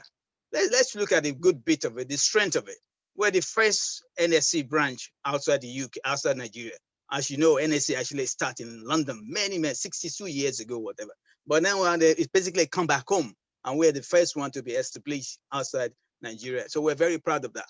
And we have been assisting. I mean, not many African or Nigerian organizations stay for 2 years without breaking up. So we thank God that we're still here. Other people, and we've get back to other branches. So we're very proud of that. And we've contributed to so many things. The infrastructure scorecard that the NSE was doing, some of our members are a member of that. We also have followers from Nigeria. You could see out of the 75 people today, a lot of people are logging in from Nigeria. So we do have people that believe in us and that enjoy what we do. So they come and join us for this webinar. And we synergize very well with NSE, Korean, and ASEN, Association of Consulting Engineers in the UK, where, as I've said, flagship engineering event, we've hosted, seminar, we've hosted, webinar. We've combined everything that you can do in this world, in the branch. We carry all our undergraduates along and our postgraduate students to try and infuse them into the group to become members of NSE and also to follow what we do, because as we get older, obviously these guys need to come along and learn from us and also be able to take the baton and run with it. And for me, the most influencing part that I believe NSE London UK branch have done is this encouragement of school children. Yeah, these are the futures. And if you don't carry them along, man, the medicals are very good at this. The physicians are very good at this. They go to primary school, they go to secondary school and get these kids to really buy into their subject so that when they come to university, that's what they want to do. Engineers, we're not doing enough. And I'm very proud that we've been doing that. And we even do that in Nigeria as well, if not for COVID. But next year, we're going to go back to Nigeria and continue to do this wonderful work we're doing. Right, so where's the weaknesses and the threats? And for me, I don't see, I mean, they're there, but I don't see them as weaknesses. I tend to turn my weaknesses or our weaknesses into strength.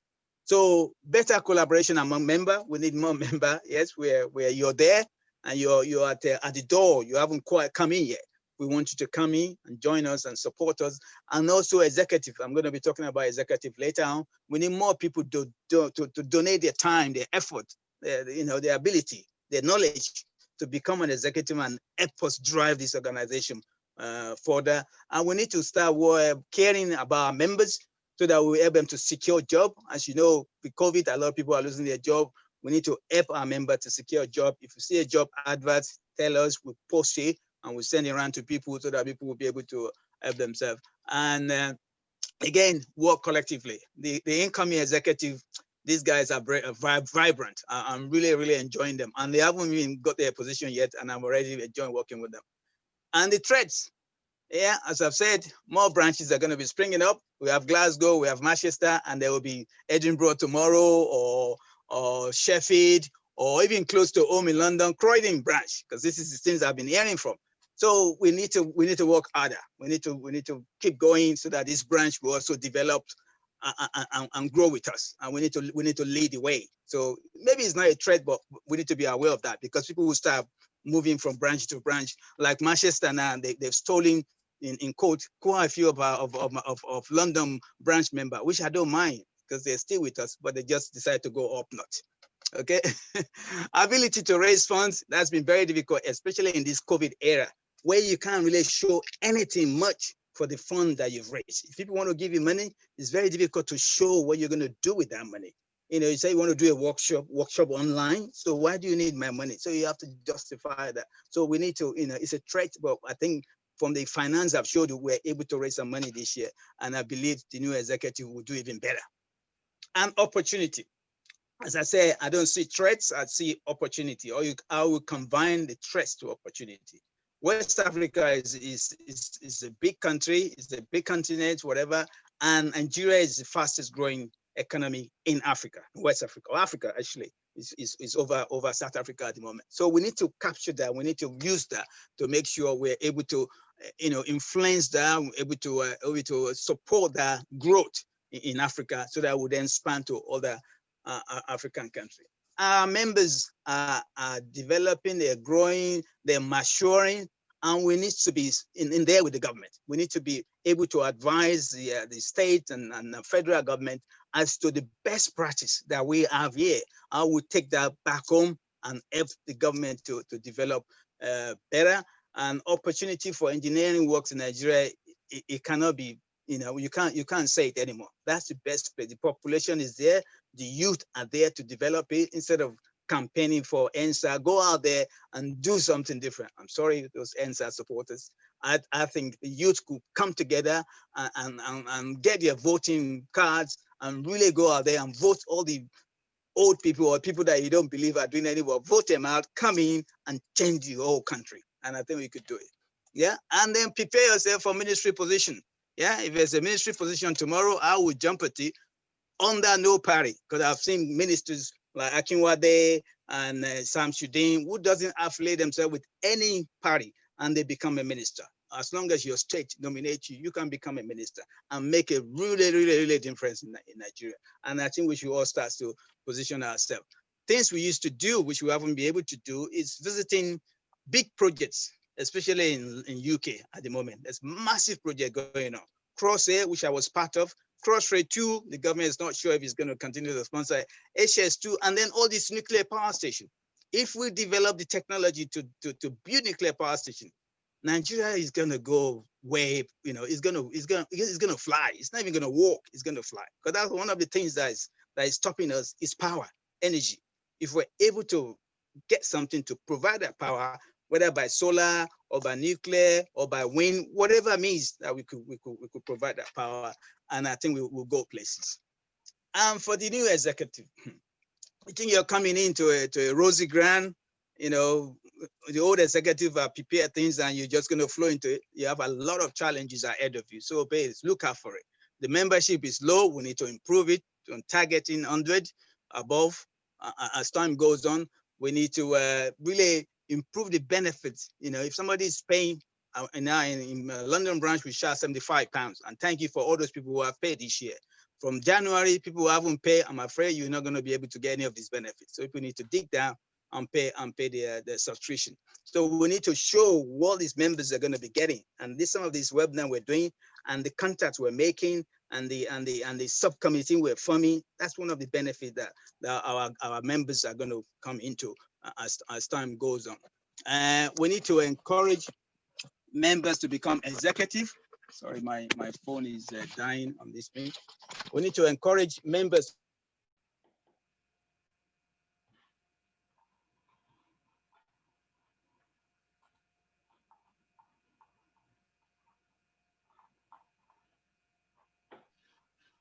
Sorry, you muted your screen. You muted your screen. I'm not hearing you.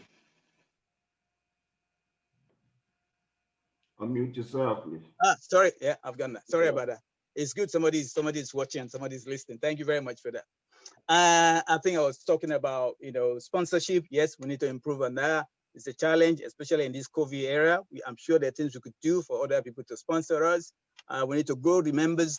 And then this outlook, the logo, I like the NSE logo, but I think we can craft something around that to make it unique to London branch, and then build a dynamic website. Yeah, we've been struggling with this website for a while. Newsletter, we're very good on WhatsApp. I think you need to have an e-newsletter. Register as a charity so that we can even apply for government fund and then reclaim taxes from gift aid. So all the money that members pay for their subscription, we'll be able to get about 25% from gift aid from that. So there's ways in which this organization, this branch will really, really grow. I believe if you want to work fast, you have to do that by yourself, because there are some people that cannot walk as fast as you. Yeah. But if you want to walk, if you want to go far or walk far, not fast too, but far, sustainable, Professor Washington, then you have to work together. You can imagine you're trying to push somebody and you're pushing them with a finger. They won't feel the effect that much. You try and push them with your fist, they will really feel the effect. So that's what this suggested way forward is all about. Yeah. Establish several of the subcommittee. We've got 2 subcommittees at the moment. One is looking at impacting Nigeria. We have a project going to start in the new year. And I think the new executive are already planning how to do that. And then we also have a committee on alternative energy, where we're working on how we could get big companies who are working in alternative energy to really do something, whether it's a demonstration building, whatever, or project in Nigeria, and showcase that yes, Nigeria have the weather, they have the wind, they have the solar, they have the air, whatever we need to actually come up with alternative energy, so that we don't have to rely on fossil fuel anymore. But then we need to showcase this. I mean, it's no point doing all this wonderful work and nobody is really aware of it. We need to work with the press, whether in the UK or in Nigeria, to make sure they help us to publicize this thing. We don't mind us coming up with an idea and somebody else takes it and run with it. I love that. It shows that you're able to span, you're able to leverage on what you know, and other people are gaining and benefiting from it. Yeah. So in the area of innovations, infrastructure development, I think we can improve on that too. And then we should be bombarding the government, the state government and the federal government. It's just that sometimes when you bombard them with proposal, they'll take it to somebody else and run with it. I don't actually mind that, but we should be bombarding them with ideas. We have this guy in our group, WhatsApp group called Ayo Akefe, a brilliant guy. He comes up with new ideas every day. you know, I mean, it's just amazing where he gets that. But the guy doesn't speak. By 3 o'clock, he's posted 10 new things that he thinks the Nigerian government should be doing. We should be helping him to push this thing onto the federal and state government. So, you know, one day, one of them will wake up and say, wait a minute, that thing you suggested, let's have a look. Even we're going to do a small version of it. Let's have a look and see whether we could implement it. And as I've said earlier, arrange plenty of site visits in Nigeria for engineers in Nigeria, and also for our members here, to be able to gain from other areas that we're not used to, especially things like recycle waste and things like that. How many people know how it's done? You know, who arrange a visit to a recycle plant to see how we turn waste to energy, for example, and many, many more. I work on Crossray that is going on at the moment. I can get access to any part of Crossray. If you guys want to see what's going on underground, that's going to be open. Sorry, it's running late, but it will be open very soon. So we could do that, and we could all gain from it. And with all these, obviously, there's no way anyone would say it's one person have done this. I had a very good, vibrant executive, although one or two of them had to fall off towards the end because of personal reason. But family, addition to the family, so they require more time at home, which I fully understand. And they came and said, listen, Sunday, I won't be able to do this anymore and I totally agree with that. Rather than just carrying yourself along and you don't turn up to meeting and you don't do anything. So I really appreciate my executive and I thank them for what they've done. I also thank all those past president and vice president and deputy president of NSE who have supported me personally before we start this group going, and a lot of chairmen of NSE branch all over Nigeria. I know quite a lot of them. My gratitude goes to them, and thank you for supporting me. You could see some picture of them in organization like NSE London and many other. It requires a very strong secretary general. We struggled this year to find one, but we found one. So we're really grateful for that. And I'm going to be announcing their name very, very soon. So just to wrap up my executive report for the year 2019-20, we've had a good session. And we think COVID is going to stop us from operating, but it hasn't. So for me, the past it's good, but it's gone. Yeah, the present is still here with us and it's very interesting. Things are changing every day. New things are coming up all day, new ideas, new innovation coming there. But for me, the coming executive, the future is bright for them. And I'm sure they're going to run with it because some of them are already supporting this executive. So on that note, I'm going to beat the drum and announce the coming executive of NSE UK London branch. And there they are. Yeah. For the year 2020 to 22, which is a 2-year term, our new chairperson or chairman is Engineer Chio Bosun Odunlami. Please welcome him for us. And we have our deputy chairman, Engineer Shinedu Ayazu, our secretary general or general secretary, which I was told is very, very powerful. And I'm so glad we have a woman in this position because women are very powerful when it comes to management, looking after money, making sure those men's ego are calmed down a bit. I'm really, really grateful to have Engineer Ms. Dr. Mesule as our General Secretary. And then we have Engineer Emmanuel Ajayi, who will continue in his position as the Financial Secretary / Treasury. We're looking for Assistant General Secretary at the moment. So if anybody is keen, interested, have the time, energy, the will to serve your own organization and your country, come and join us. We will need an Assistant General Secretary. And for me as an ex-official member, the current executive have drawn me back in. They want me to stay on as a director of publicity, something I enjoy doing very much. And even though if I'm not doing that, I'm still going to be behind them, supporting them. So please join me, everybody, to congratulate this executive. And you could see some of their pictures here, in case you don't know what they look like. That's Engineer Odunlami there, Engineer Shinedu, Engineer Mesule, and Engineer Emmanuel Ajayi. And that's me right at the top there, just looking over them, just making sure they're doing the right thing. Okay. Right. As a result of that, I'm going to deliver this, function, this batting to Engineer Chio Bosun Odunlami to take it away from now. You're in charge now. It's all yours. Thank you very much for that, Dr. Sunday Popola. What could we have done without your support so far as a body for the past 2 years? I can remember when you called us in 2 years ago that you would like to do this, and the first point was the fact that I was thinking, how would it be? I know working with Nigerians, it can be very daunting, but you really kind of trailed the blades. I mean, you really kind of given us an insight, and you've opened the doorway for us to do that. And as you said, that was why we said we are not going to let you go. So one way or the other, you are still around the corner with us, so we know we can knock on your door. And I want to say thank you so much for all our colleagues. You've been with us through thick and thin. I mean, we're talking about COVID. Supposing we got the speakers in, supposing we got everything sorted out, and there was no one to log in into the webinar, definitely that would be a failure. So we couldn't have done anything without you as well. So it's not a matter of the executive, it's a matter of all of us, because we are all in it together. And as you can see, definitely we want to hit the ground and run. And we are looking at it from the worst case scenario, COVID or no COVID for next year. We don't know how it's going to pan out, but we know whatever happens, we want to get ourselves prepared.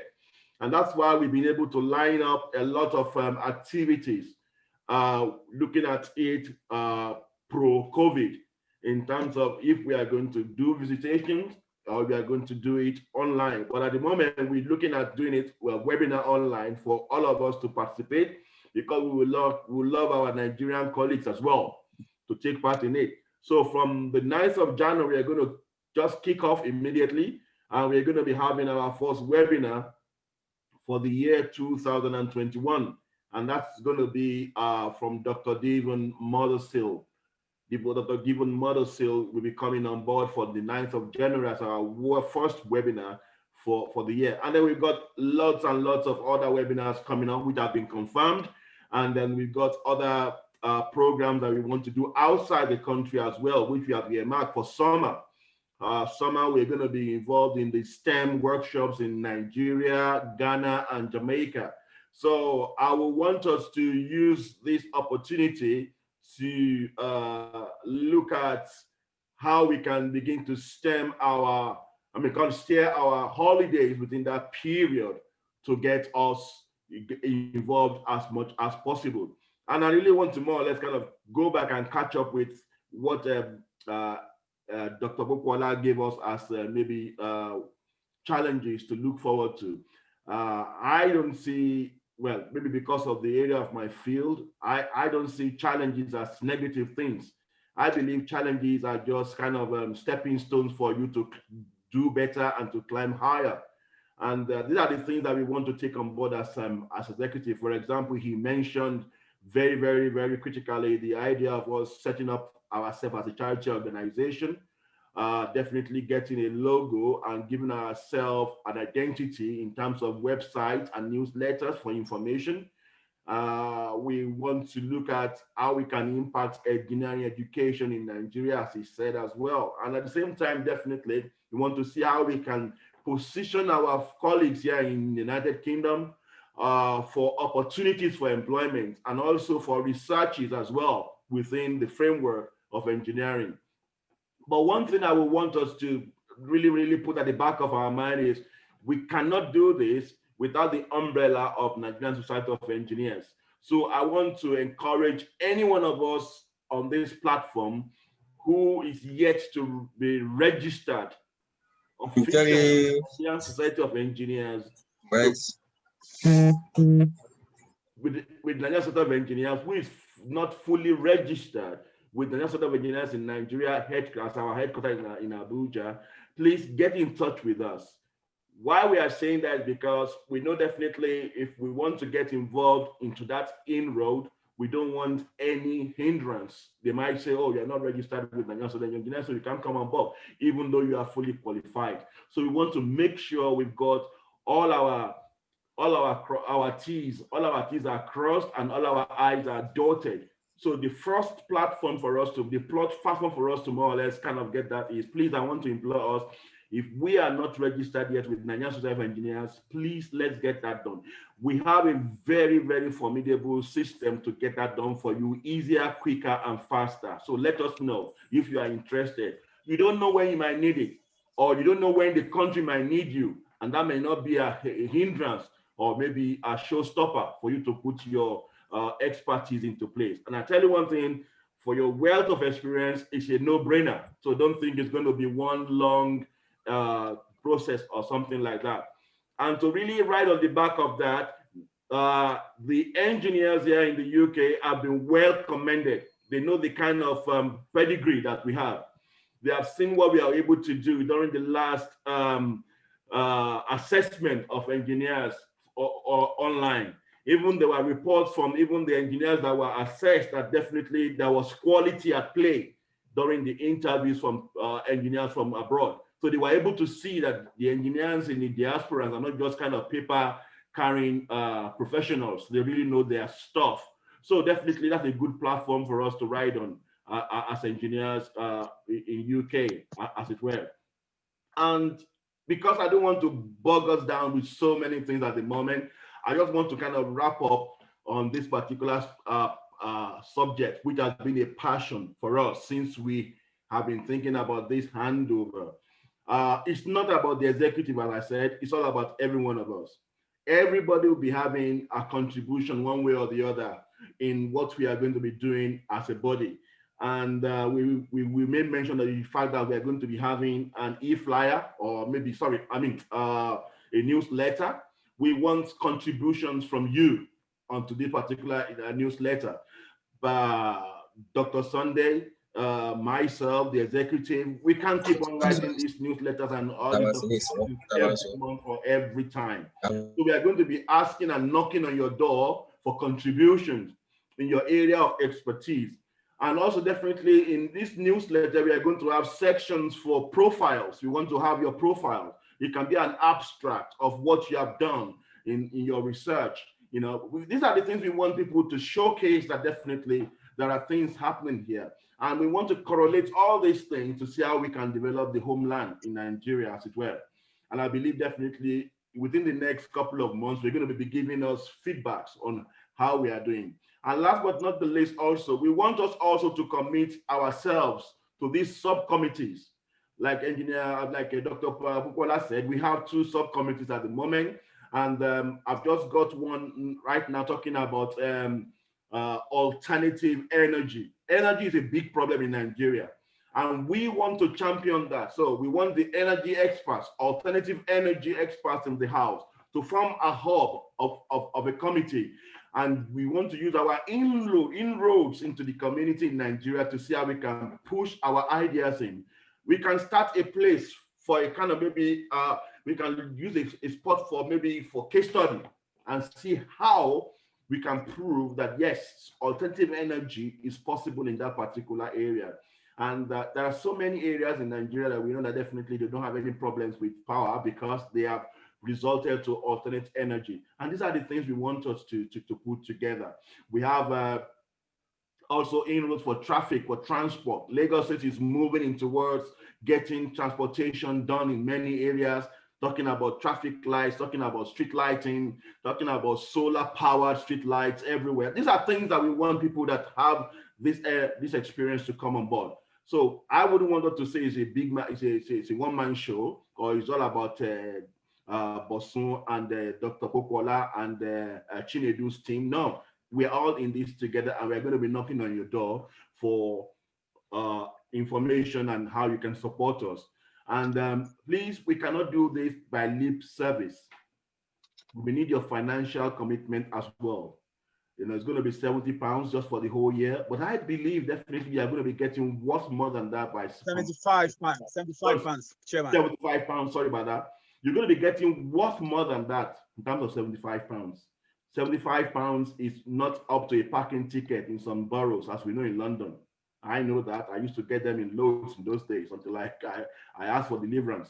So you can imagine that you are putting into something to move something forward. And not only are you paying the £75 a year just because of maybe sacrifice, no, your interest, your stake is well protected. You have a stake in what we are talking about. It's a collective thing. We are all together. So please don't be embarrassed. We send you an email asking for your annual dues, and then don't be embarrassed if we more or less kind of look forward to you to sponsor. And if you know what, I know most of us have been blessed. There may be some projects we have. If you have an opportunity to get a sponsor, or you want to sponsor it as well, definitely we are open to that as well. So it's going to be a collective run of a team. It's going to be a team run this time. That's always been a team run anyway. And the team is now gelled together. We are now stable. We are now robust. So we want to run faster, want to run stronger, and want to run more cohesive and much together.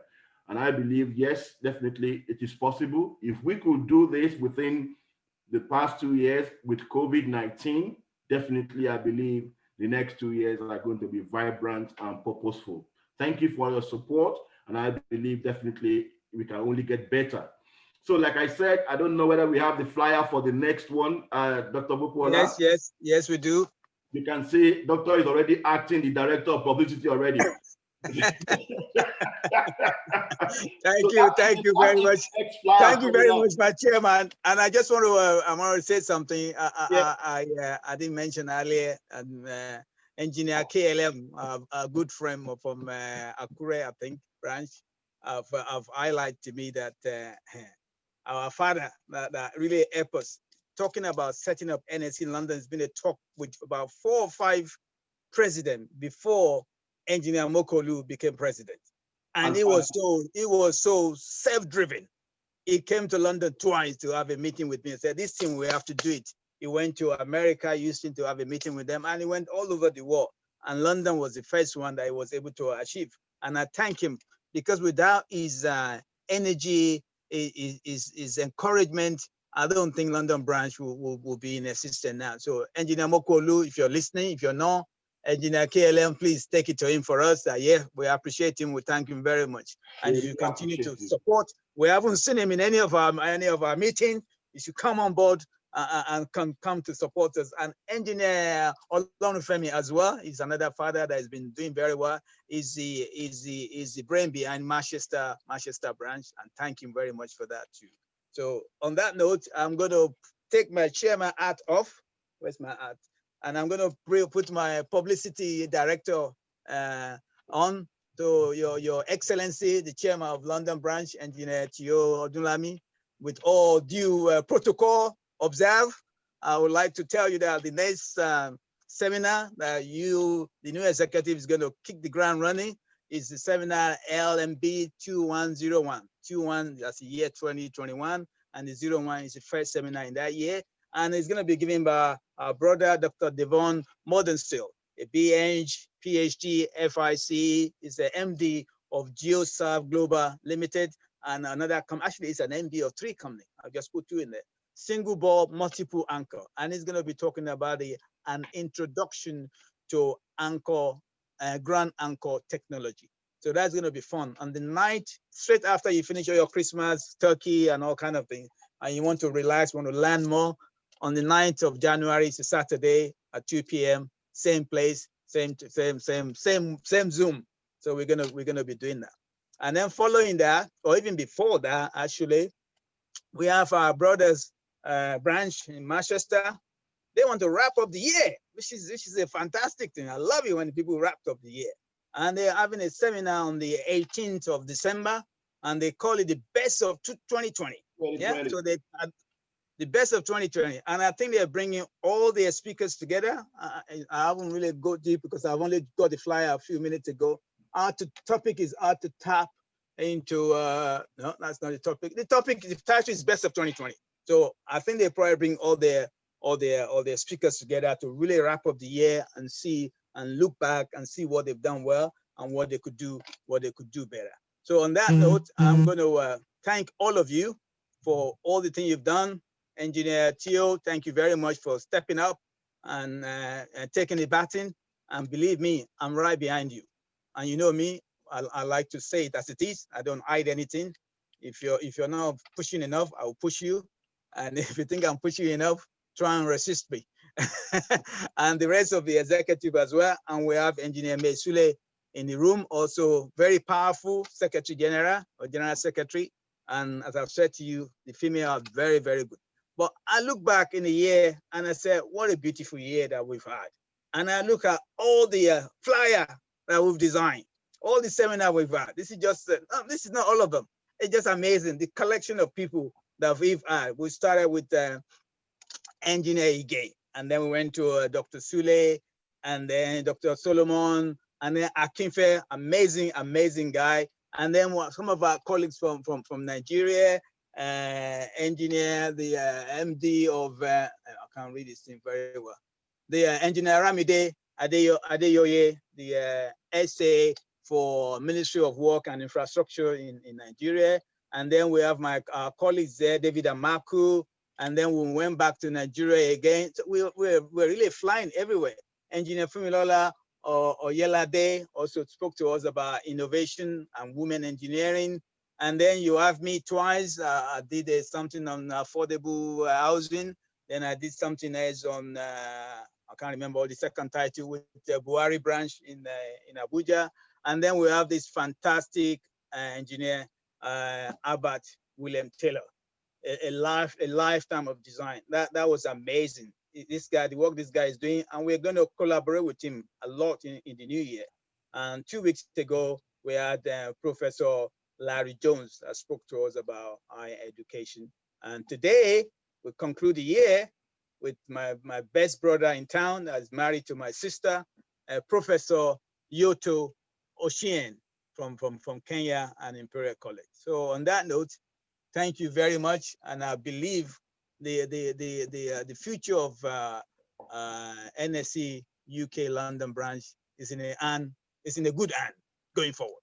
Thank you very much, everybody. Thank you.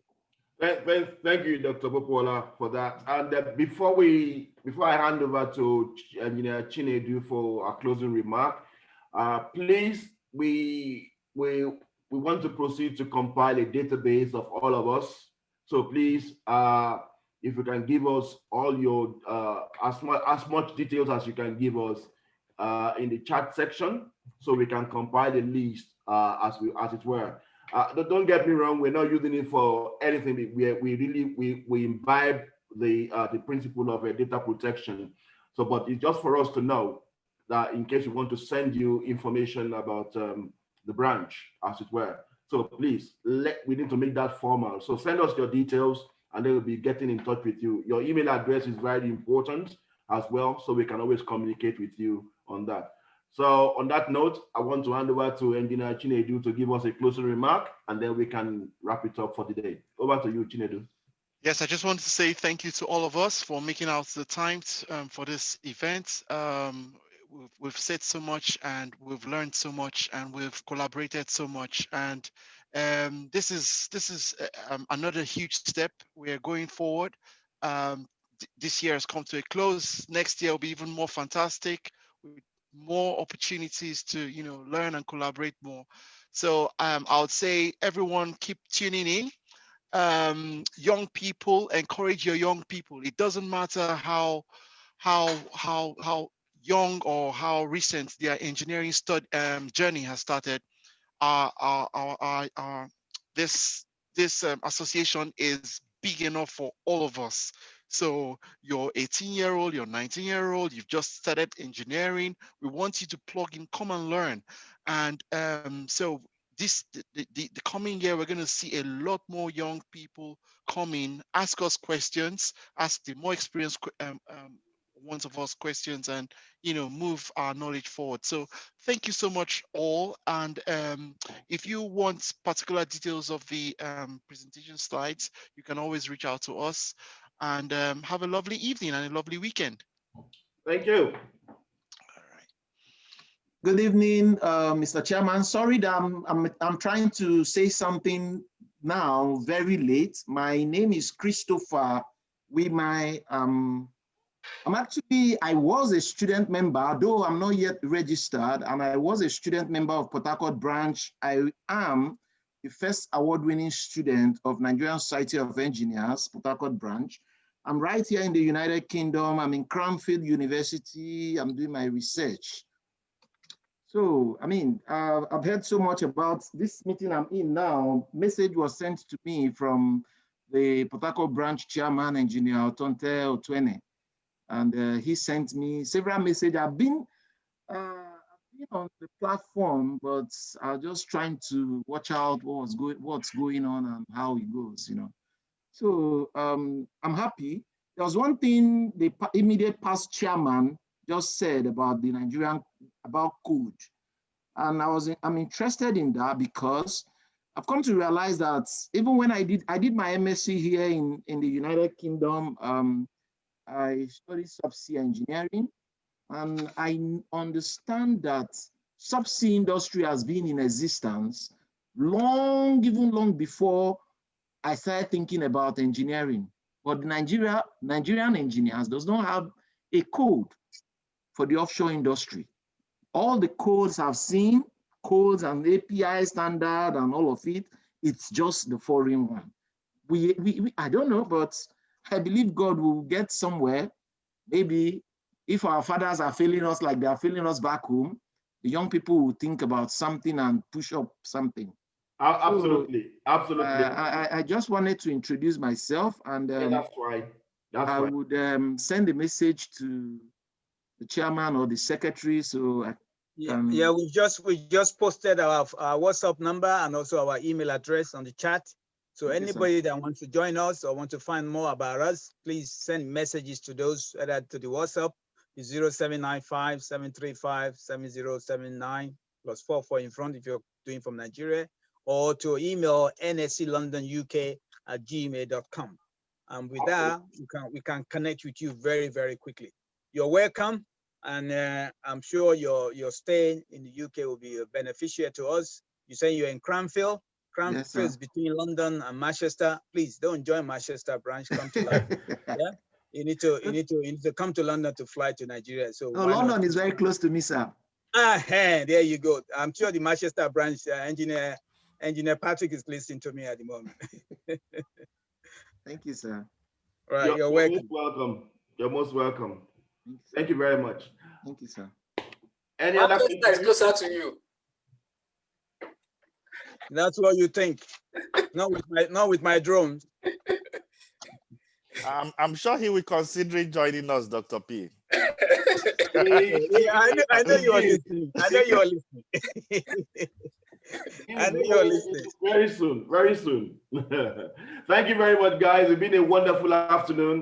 You can unmute yourself now. Just say hello to everybody. We don't mind having a look at your faces to see how you are preparing for Christmas. Yes, I can see. And I see your sidekick is there. Congratulations, Engineer Dolami. Congratulations to London branch. Oh, yes. We look forward to working with the new executives. Anytime, definitely. And Dr. P, thank you for the announcement at very, very short notice. Thank you so much. No problem, no problem. We can see you fitted into your new role very, very easily. Oh yes. Thank you very much. Yeah. Very easy. We really appreciate the relationship we have with you, and that's we want to keep it better. That's exactly where it is. And we will really appreciate if you can promptly publicize our own programs on your platform, as we are doing for you every time. Absolutely. They've started doing that. They've changed. I've managed to. Absolutely. We'll be doing that. They're doing that very well.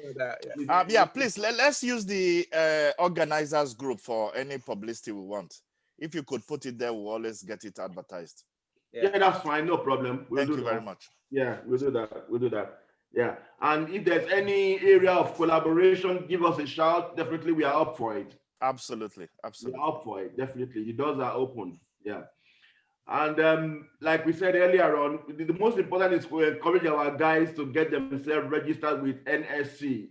Some people, I think it was about 1.5 years ago, a very close friend got a very good job in Nigeria, but it was turned down because of no NSE registration. He has spent all his lives there. And I just said, listen, think about this. let me get back to me and let's see how we can put you together. He has not been able to come back to me anyway. So these are areas that we want to really help our young people, you know, and I think it's a good way forward. They have nothing to lose, but a lot of things to gain if they have it. That's the way I look at it, you know. And I believe, yes, by this time next year, we are flying. We are flying. We need to get into the inroads. I mean, there's so much, I mean, experience here. And Nigeria is just lagging behind in all sorts of things and stuff like that, you know. I know things will change by next year. Yeah. Thank you very much, guys. All right. Absolutely. Congratulations, Engineer Chinedu as well. New chairman, Engineer Bosun. Yeah. I'll get to you because I have a friend who has been complaining. He's a lecturer in Hartfield. Yeah. We graduated together at the same time in Nigeria, and we did masters together. Okay. But he's a lecturer. He's a doctor and he's a lecturer in Hartfield. But he's been complaining about the fees, London fees. So start thinking about, okay, we'll go back to Nigeria and do the registration and then come back to London.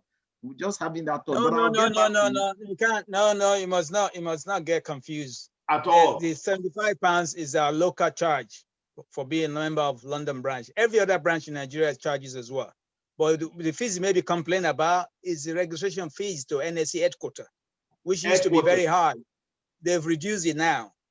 When London branch was set up 2 years ago, it used to be up to about £500 equivalent. Exactly. That was what he said to me. Well, we've renegotiated that now. That's down to about £150, £160 now, something like that. Okay. Yeah. So if he wants to reconsider, this is the time for him to come back. Okay. Yeah. So we're going to charge our £75 on top of that. Okay. Which is the annual dues. The annual due in the UK, but this 160, you only have to pay that once to be a member, and after that, you start paying something like £20 a year to NSE headquarters. Okay. Do we need to write exams like that of? Oh yeah. You go to the whole thing. Everything is done online. We've done 2 sets of exams as well as interview online now, and it's been very successful. Over 1,000 people have gone through in the last 3 or 4 months. Okay, sir. Engineer KLM is there. He's the one organizing all the interview, and it's been very, very successful. Okay, sir. Thank you so much.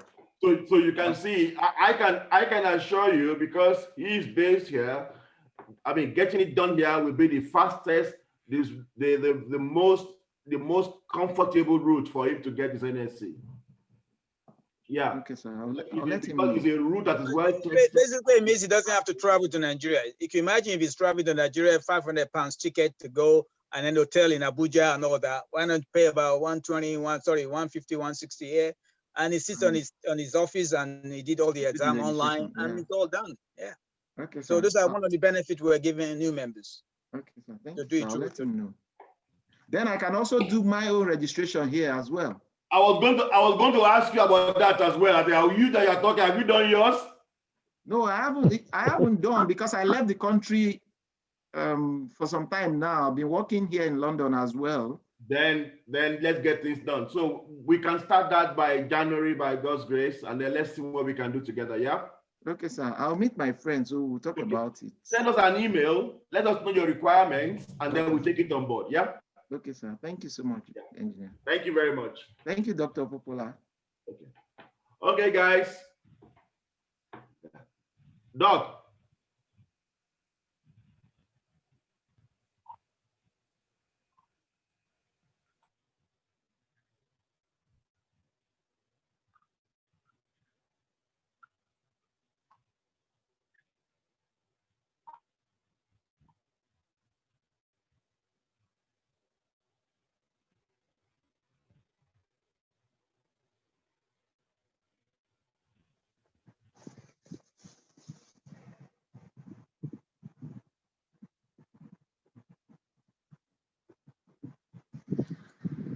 Doc, you're quiet. We're not hearing you.